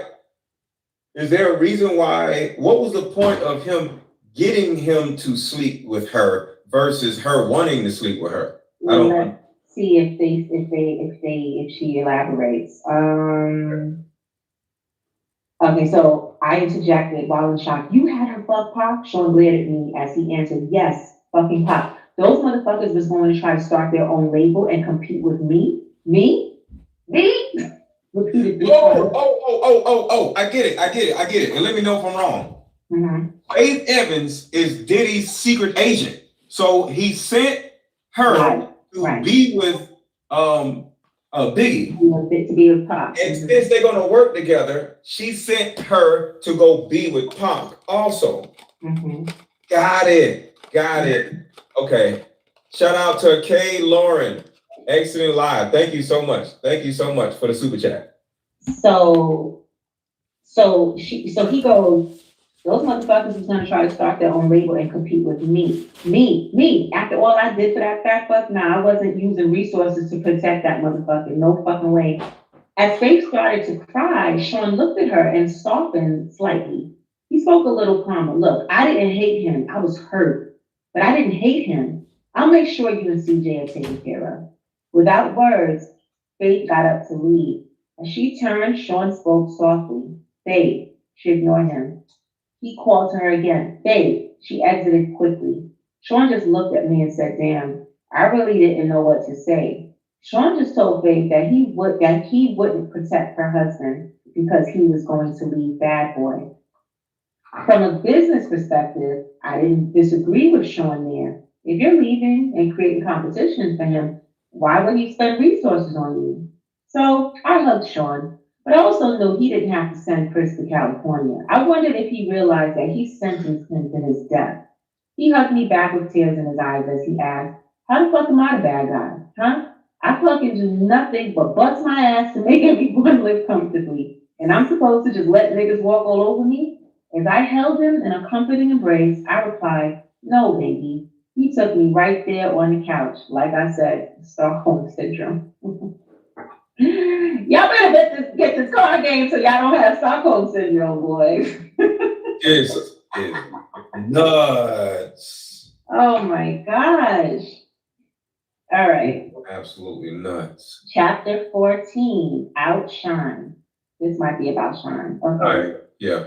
This particular evening, I was at Sean's house and Quincy was staying with a friend. It was some time alone for Sean and I until the doorbell rang and Sean got up to answer it. I heard a woman yelling and quickly realized that it was Jennifer Lopez, or better known to the world as J-Lo. Sean, what the fuck? She blasted. Sean responded calmly. Relax, baby. Why the hell did you have to start shooting?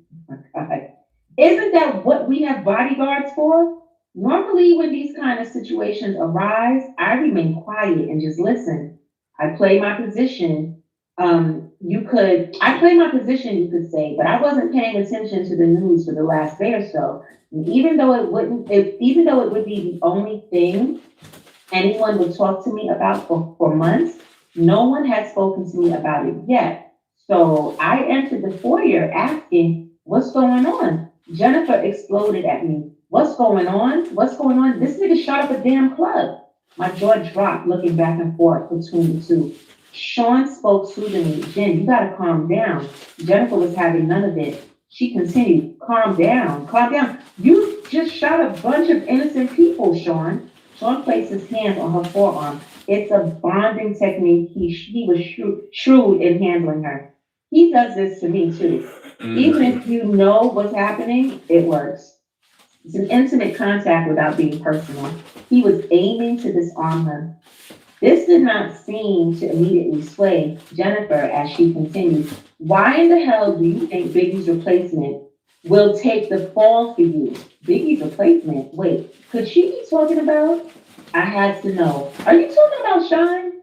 Jennifer didn't even look at me as she responded, yes, fucking Shine. Sean continued with a calm and even voice. Relax, the situation is under control. Jennifer was not calming down. She went on. They contacted my attorney for a statement, and there are a lot of witnesses, Sean. There is no way you're going to get away with this. Sean's arrogance can be immeasurable at times. He laughed as he asked, you doubted me? I couldn't believe it. I had to know. Sean, what could you offer him that would make him do a bid for you? Like, what the fuck? Jennifer also remarked, and what if he falters halfway through his sentence and starts talking? Sean responded as calmly as ever. He won't do that. People in jail don't come cross-connected people. Wait, people in jail don't cross-connected people. They must have a typo here. Cross-connected people on the outside. Jennifer looked deflated. So in other words, people on the inside are the same people that are on the inside, on the outside. So if he starts snitching, he'll be cross-connected and get him right. Okay. Yeah, then Jennifer looked deflated. So you'll kill him too. Mm-hmm. How much does she know? Look, I'm not going to threaten anyone. Sean is smart and loyal. He knows how it works. And when he gets out, he'll be well taken care of. Jennifer spoke defiantly. Sean, they want to question me. I'm not perjuring myself. I'm not going to jail over this. Sean seemed so in control. I admired him for it at this point, but my spirit was broken. You know, when Shine got out of jail, he signed a deal with L.A. Reid for, I think, $1 million. Yeah. And he took the money and bounced. Yeah. And L.A. Reid never went back to him.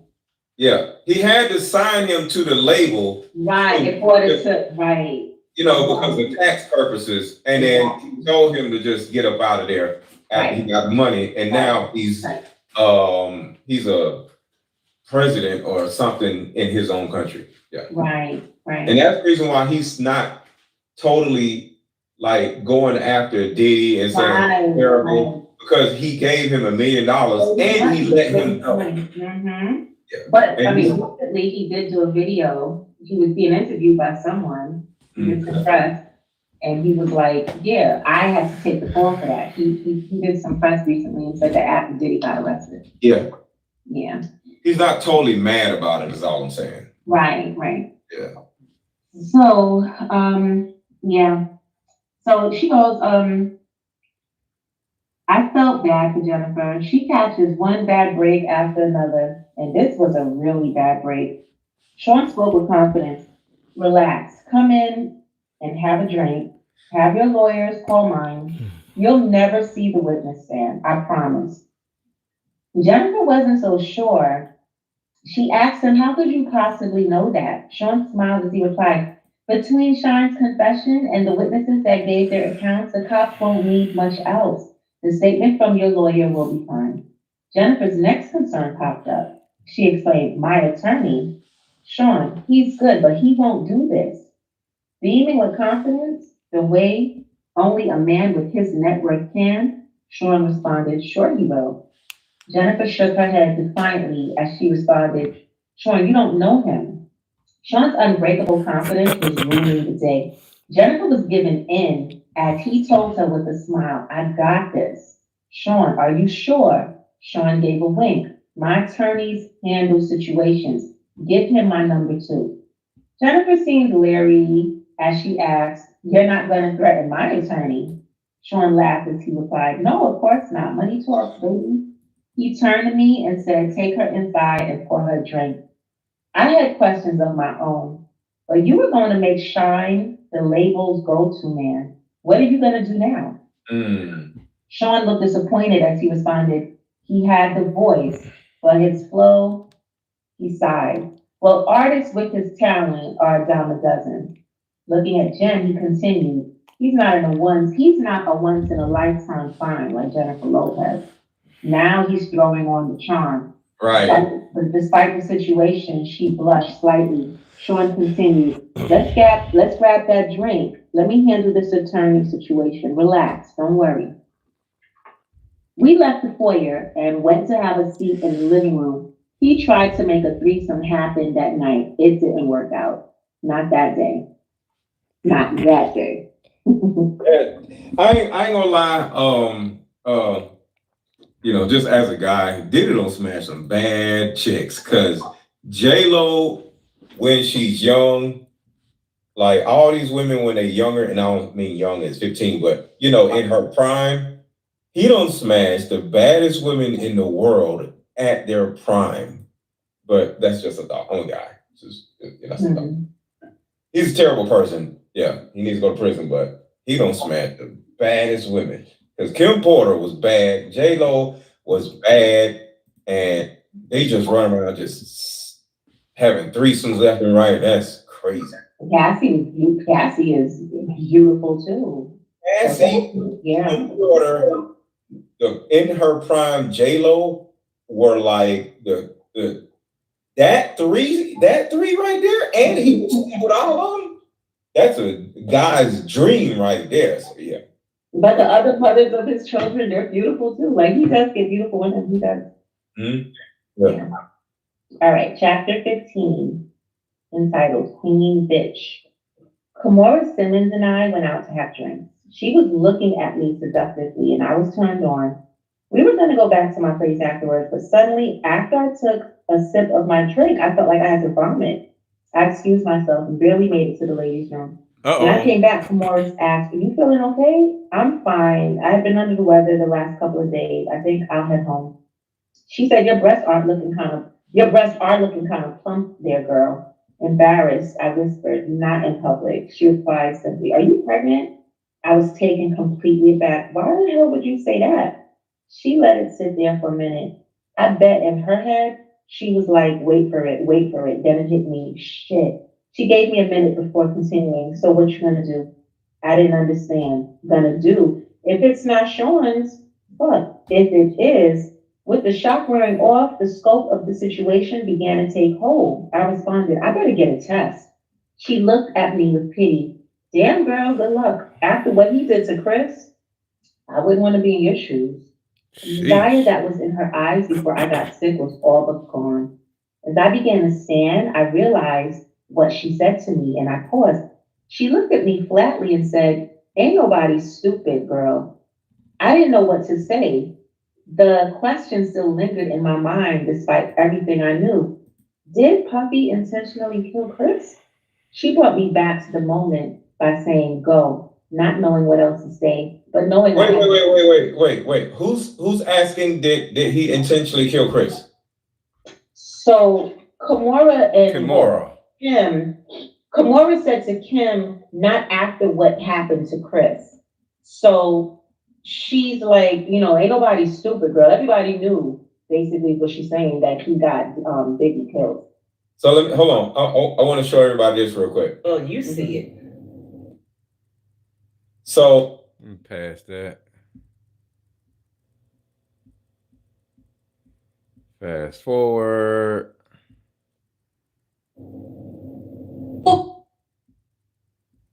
Fast forward. I'm fast forwarding, y'all. Here we go.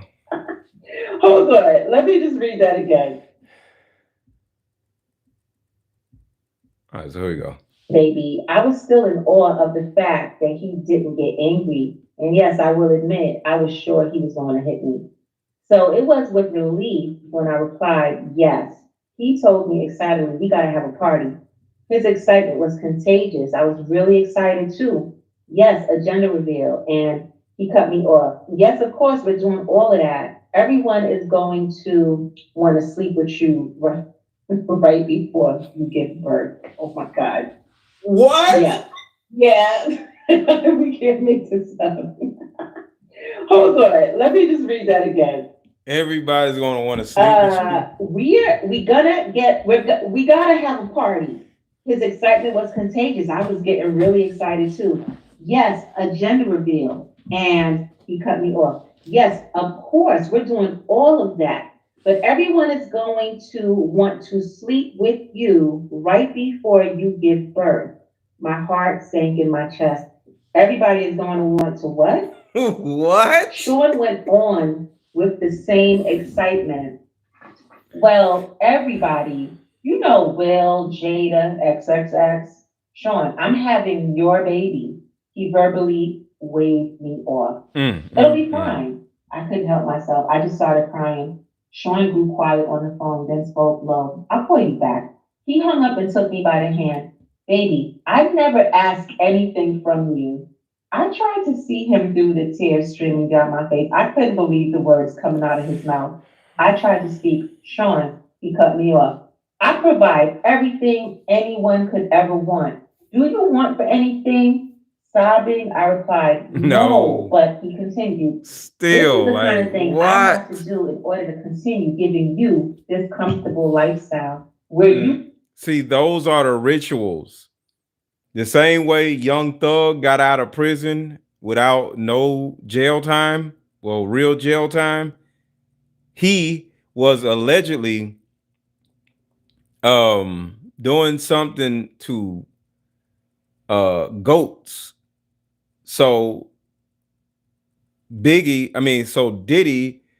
his way of doing rituals was to let everybody smash the mother of his children. All of these are rituals, because I want you to think about this. For somebody to give you all these riches, all this money, all these resources, for you to be included in this group of people, you have to give up something. So imagine somebody saying like, okay, this is what we want. We all want to have blank with the mother of your child when she's 9 months pregnant.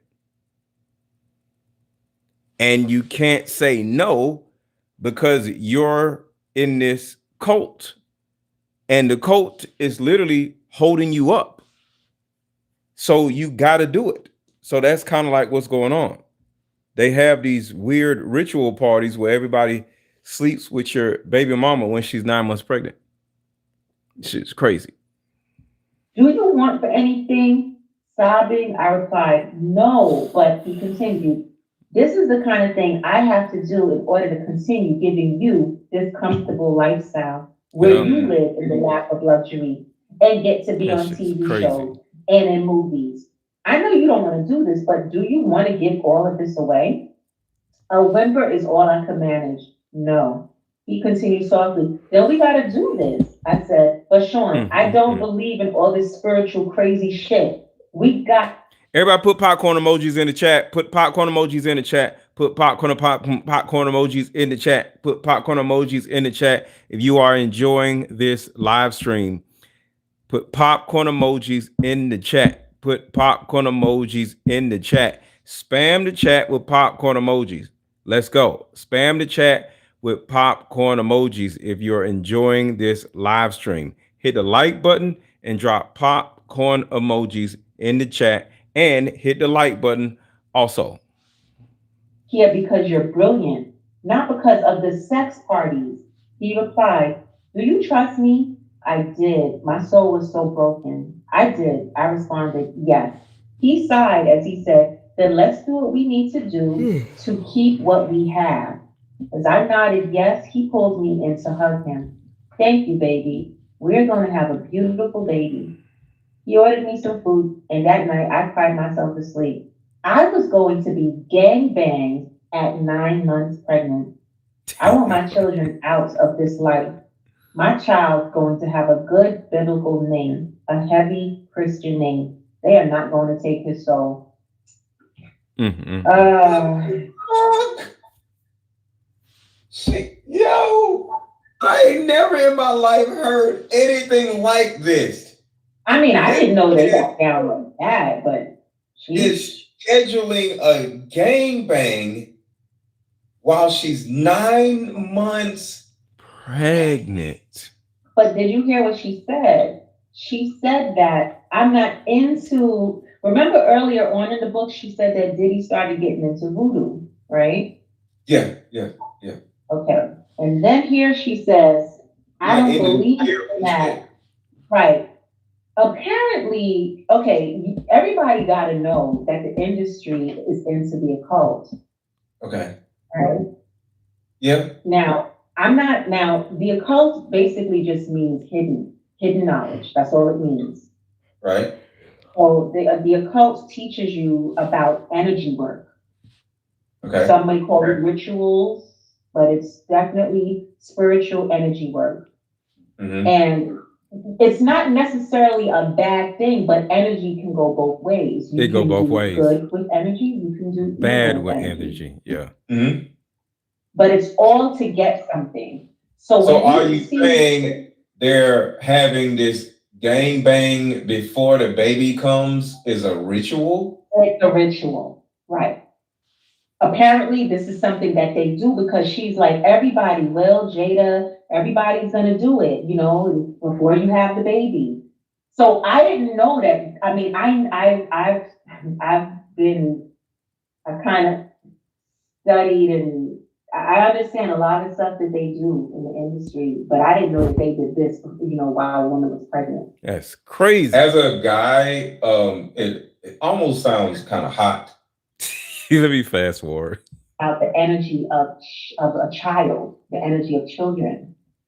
And it's very significant in these rituals. So if I don't know if you ever watched Sloan Bella's videos of that she channeled when she channeled him. Sloan Bella. They did that. But whenever you hear them doing stuff like this and sex and children, and it's something else. But it's pregnant, it's not children. Is that the same? Let me fast forward. So is that the key word?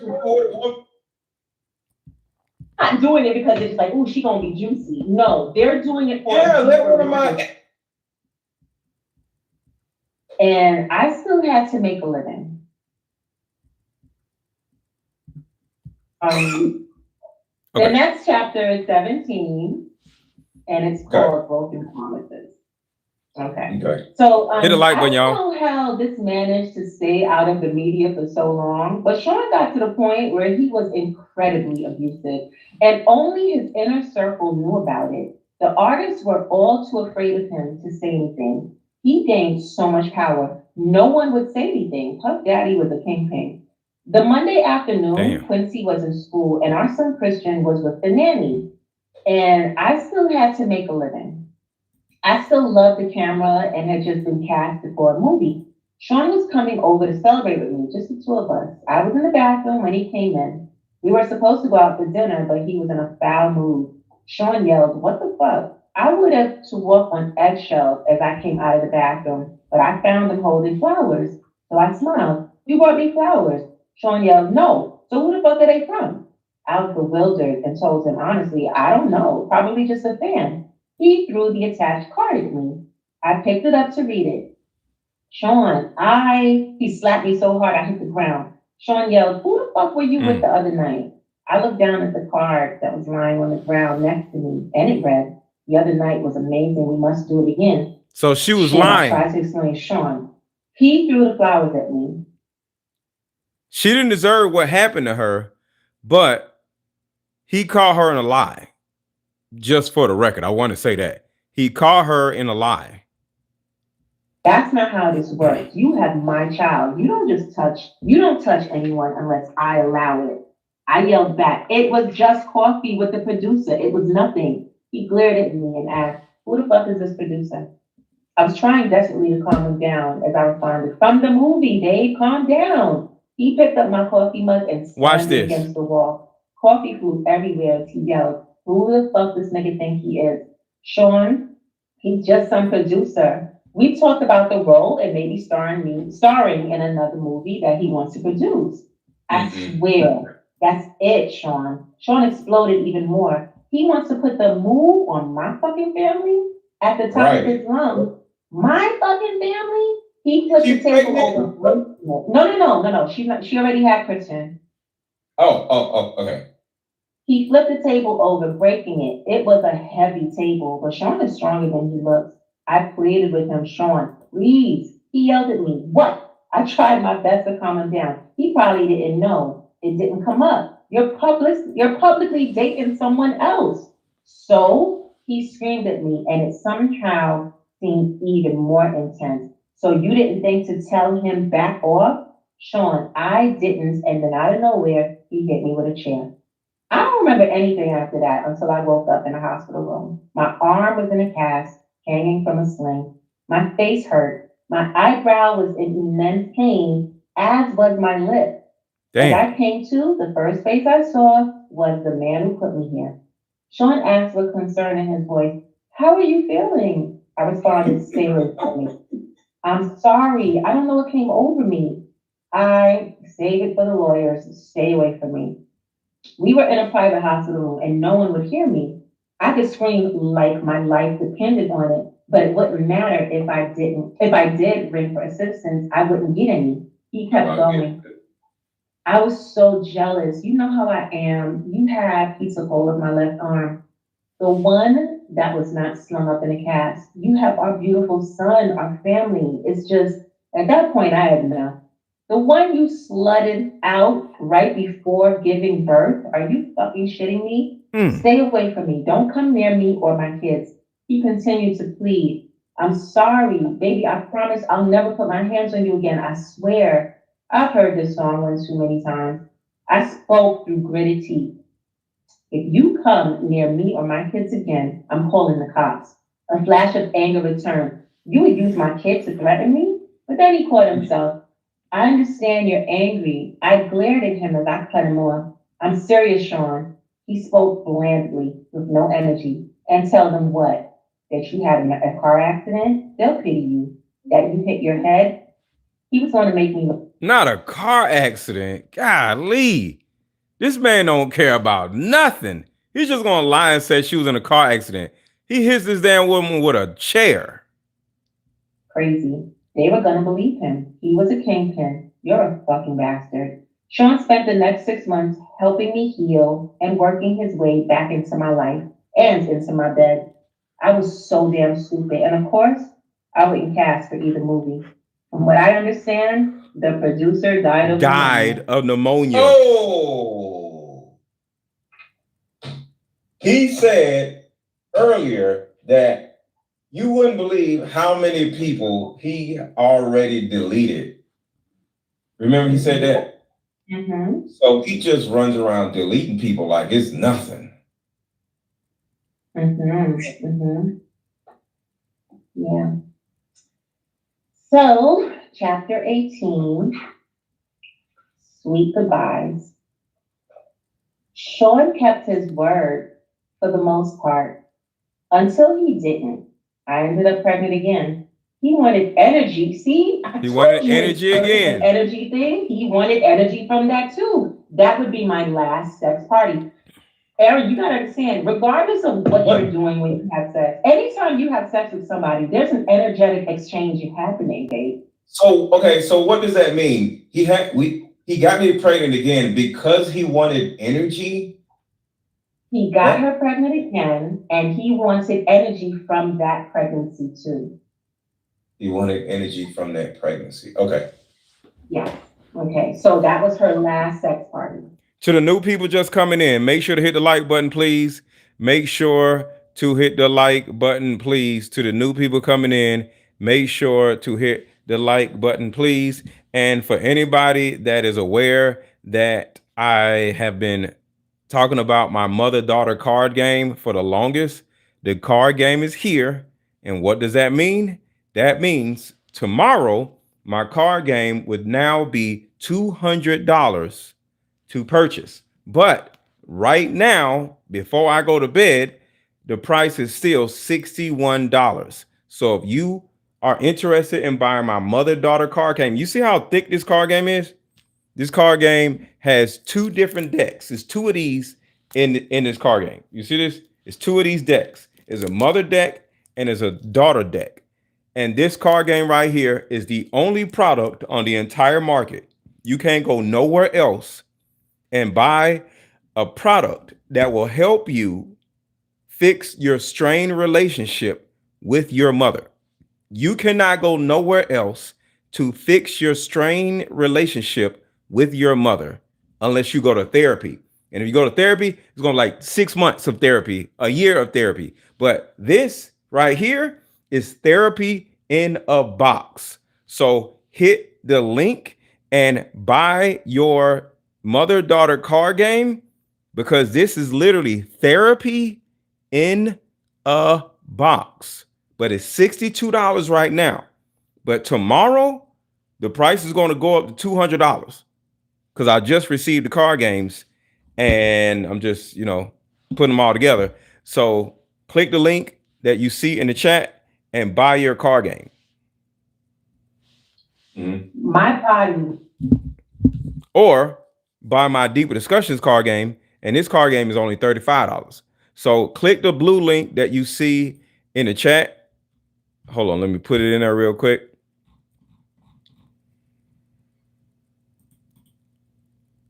Boom. Okay. Do you see the blue link that is in the chat? Do you see the blue link? You see it? It's a blue link that I just dropped in the chat. Click that blue link and buy either one or both of my card games, because tomorrow the price is going to go up. Never be ravaged by so many people again, especially while I'm pregnant. Wait, I got to back up. What? My body will never be ravaged by so many people again, especially while I'm pregnant. People. Damn. Yes, sir. What if something happened to the twins? After that, I wanted out. When I tried dating someone else, they would end up dead from pneumonia. What? Yep. I knew Sean was behind it. This was not a coincidence. He gets jealous of a guy and then they die of pneumonia. They die of pneumonia. What the fuck? If I am going to get out of this alive, crazy. I'm going to have to do something to make him stay away from me. I had a plan, but it's dangerous. Sean has a vault where he keeps videotapes of all his conquests. I started sleeping with him again. After he falls asleep, he was starting to drink heavily. I would get into the vault and get a couple of the tapes, take them home, make copies, and swap them for the next set of tapes a few days later. It took weeks to get them all copied, and he never knew that I had them. This was my way out. Some of the tapes had things I would never have expected. The gay parties are one thing, but the young boys like Usher, Bow Wow, Justin. I would have never known. My God, is he grooming Quincy? This has to end. I invited him over one day to confront him and put an end to our on and again, off again relationship. He had entered my home unannounced for the last time. He would no longer have the key after today. I was in the kitchen. Kamora and I were sharing drinks. I was scared to face him alone. Sean entered smiling. What's up, Kimmy? Hey, Maura. I told Sean, sit down. Because of my tone, he looked at me stunned and asked, what's going on? What is this? I responded with delight. Me taking my life back. We're done. He answered, hold on, wait a minute. I was so excited that I wasn't hearing any of it. I shouted at him, no more. This is fucking over. He looked confused as he asked, where's all of this coming from? With disgust, I said, I got the footage, Sean. He looked even more confused as he inquired, what you talking about? Kamora said with revulsion, Usher too. Sean said, wait, what the fuck is going on? Uh-oh. Sean said aggressively and Kamora responded, don't make me call the cops. Sean's anger was creeping in as he replied, this is how it is? I simply nodded. If anything happens to either one of us, it gets released. He seethed as he queried, after all I've done for you, I don't think I was ever so happy as when I said those words to him. Get out. Pissed, he started to leave, looking back with pure hatred. As he walked down the stairs, he turned around in a fury and lunged at me. He knocked me down near the top of the stairs. I was hurt. Kimura screamed, stop. Yeah, Kimura screamed, stop. And as he began to crouch over me, I kicked at him, hitting him in the kneecap. Then no, I don't. Dion said, "Can we get an interview with Kamara Lee Simmons?" No. And the reason why is, people can die. I can actually die. When you get down in these type of rabbit holes and you start interviewing Kamara Lee Simmons, people end up passing away all because of somebody talking too much. So no, I do not want Kamara Lee Simmons in any danger because I want to entertain my audience. I'm not doing it. So the answer is hell no. Because just because Diddy is in jail does not mean like he can't get somebody touched. You know, he got Kim touched, you know. So, and some of y'all may not know this, but right when Diddy went to jail back in March, Kamara Lee Simmons' house mysteriously caught on fire. Put a 1 in the chat if you remember hearing Kamara Lee Simmons' house being on fire mysteriously. Put a 1 in the chat if you remember that. And you think I'm finna have her on my damn show so something else can happen to her? No. Or something can happen to me? I'm not doing it. Put a 1 in the chat if you remember Kamara Lee Simmons' house burning, getting caught on fire. With his kids in the house. I'll say it again. With his kids in the house. So you have to be careful of this YouTube stuff, and you trying to get likes and views and stuff. You can turn around and end up dead. So I don't want no parts of all that stuff. So no. Space. He went tumbling down the stairs. He was too hurt to get up. I called the cops. Kimura left before they arrived. When he left, it was in an ambulance. I felt empowered. I felt safe. The Sean Combs days had finally come to end. And this is chapter 19, finale. Things were okay for a while. I started dating again. It was almost normal until I got serious with someone. Then my boyfriend died of pneumonia. Yo! What? No. I gotta back that up because that shit was crazy. Listen to this shit again. Pneumonia. Yo! Hold up. Listen to this shit. He went tumbling down the stairs. He was too hurt to get up. I called the cops. This shit is Kimura crazy. left before they arrived. When he left, it was in an ambulance. I felt empowered. I felt safe. The Sean Combs days had finally come to end. And this is chapter 19, finale. Things were okay for a while. I started dating again. It was almost normal until I got serious with someone. Then my boyfriend died of pneumonia. Yo! No! This shit is nuts. That's what she said. That's when I decided to write this book. A few days ago, my home was burglarized. Only laptops were stolen. I knew it was that bastard or his goons. Of course, I had a copy in the cloud that I was able to easily download here onto this new computer. As I continue to write now, I'll send this into the cloud as well. I will send out copies via email, and my Google Drive password will be attached. So See right there? She sent this book out to the cloud. That is how Chris Todd got a hold of this hard drive or this drive or whatever you call it, Google Drive. Chapters can be assessed. This book must get out. There's so many chapters to add. This outline is a great start. I have to organize the rest of the chapters and add them little by little. I plan on spending today working exactly on that, but I'm not feeling very well. Thank God the kids aren't here this weekend so I can rest. I called Kimura to cancel our tentative plans for the meetup. When I spoke to her, she said, "Girl, that doesn't sound like the flu. You want to go to the hospital?" That didn't immediately alarm me. I just need some rest, I told her, and quickly got off the phone. But why can't I get my doctor? Why won't he pick up the phone? Uh-oh. Oh no, I called Sean from my bedroom where I'm lying in my bed. All I could think about was the kids, my babies who are with this monster. The man that I now suspect of having done this to me. Sean picked up with an air of superiority in his tone that let me know it was too late for me. This is eerie. He spoke confidently into the phone. "Hello," I screamed at him. "You bastard. I have your fucking children. What are you talking about? The kids are with me." He replied, a mocking innocence. "There's literally nothing I can do. I could only ask, did you ever love me?" Instead of answering the question, he responded, "The most important thing to me in the world is loyalty." I couldn't believe it. I had to ask, even though I understood. What the fuck does that mean? With the same fiend innocence he mocked. Kim, is something wrong?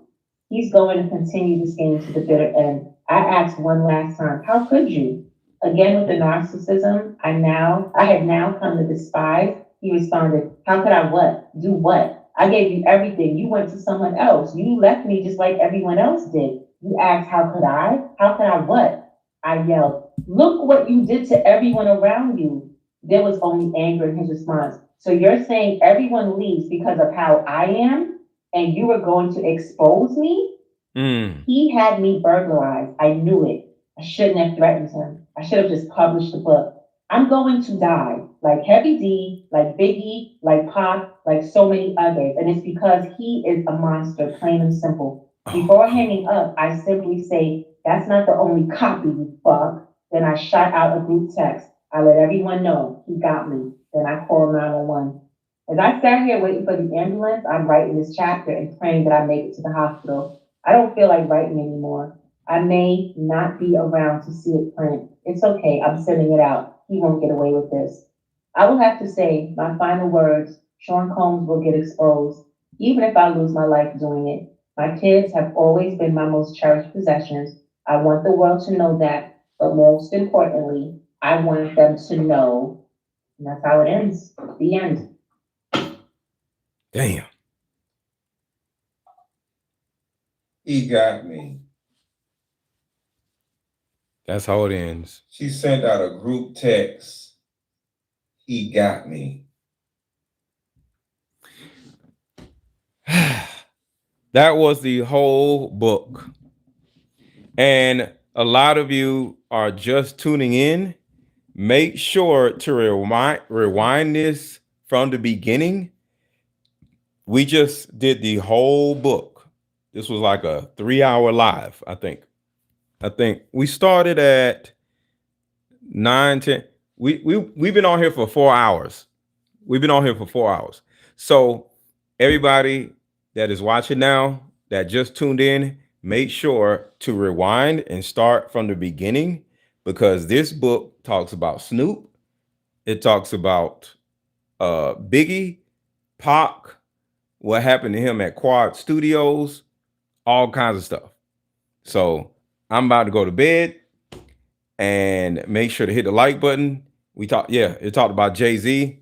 Hit the like button if you haven't already. Hit the like button and click the blue link that is in the chat and buy one of my car games. I have 2 different car games, and click the blue link that is in the chat.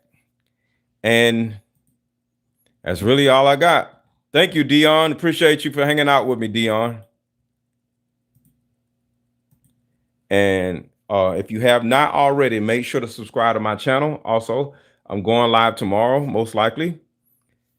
So subscribe to my channel. Subscribe to my channel. Subscribe to my channel. Okay, let's do that.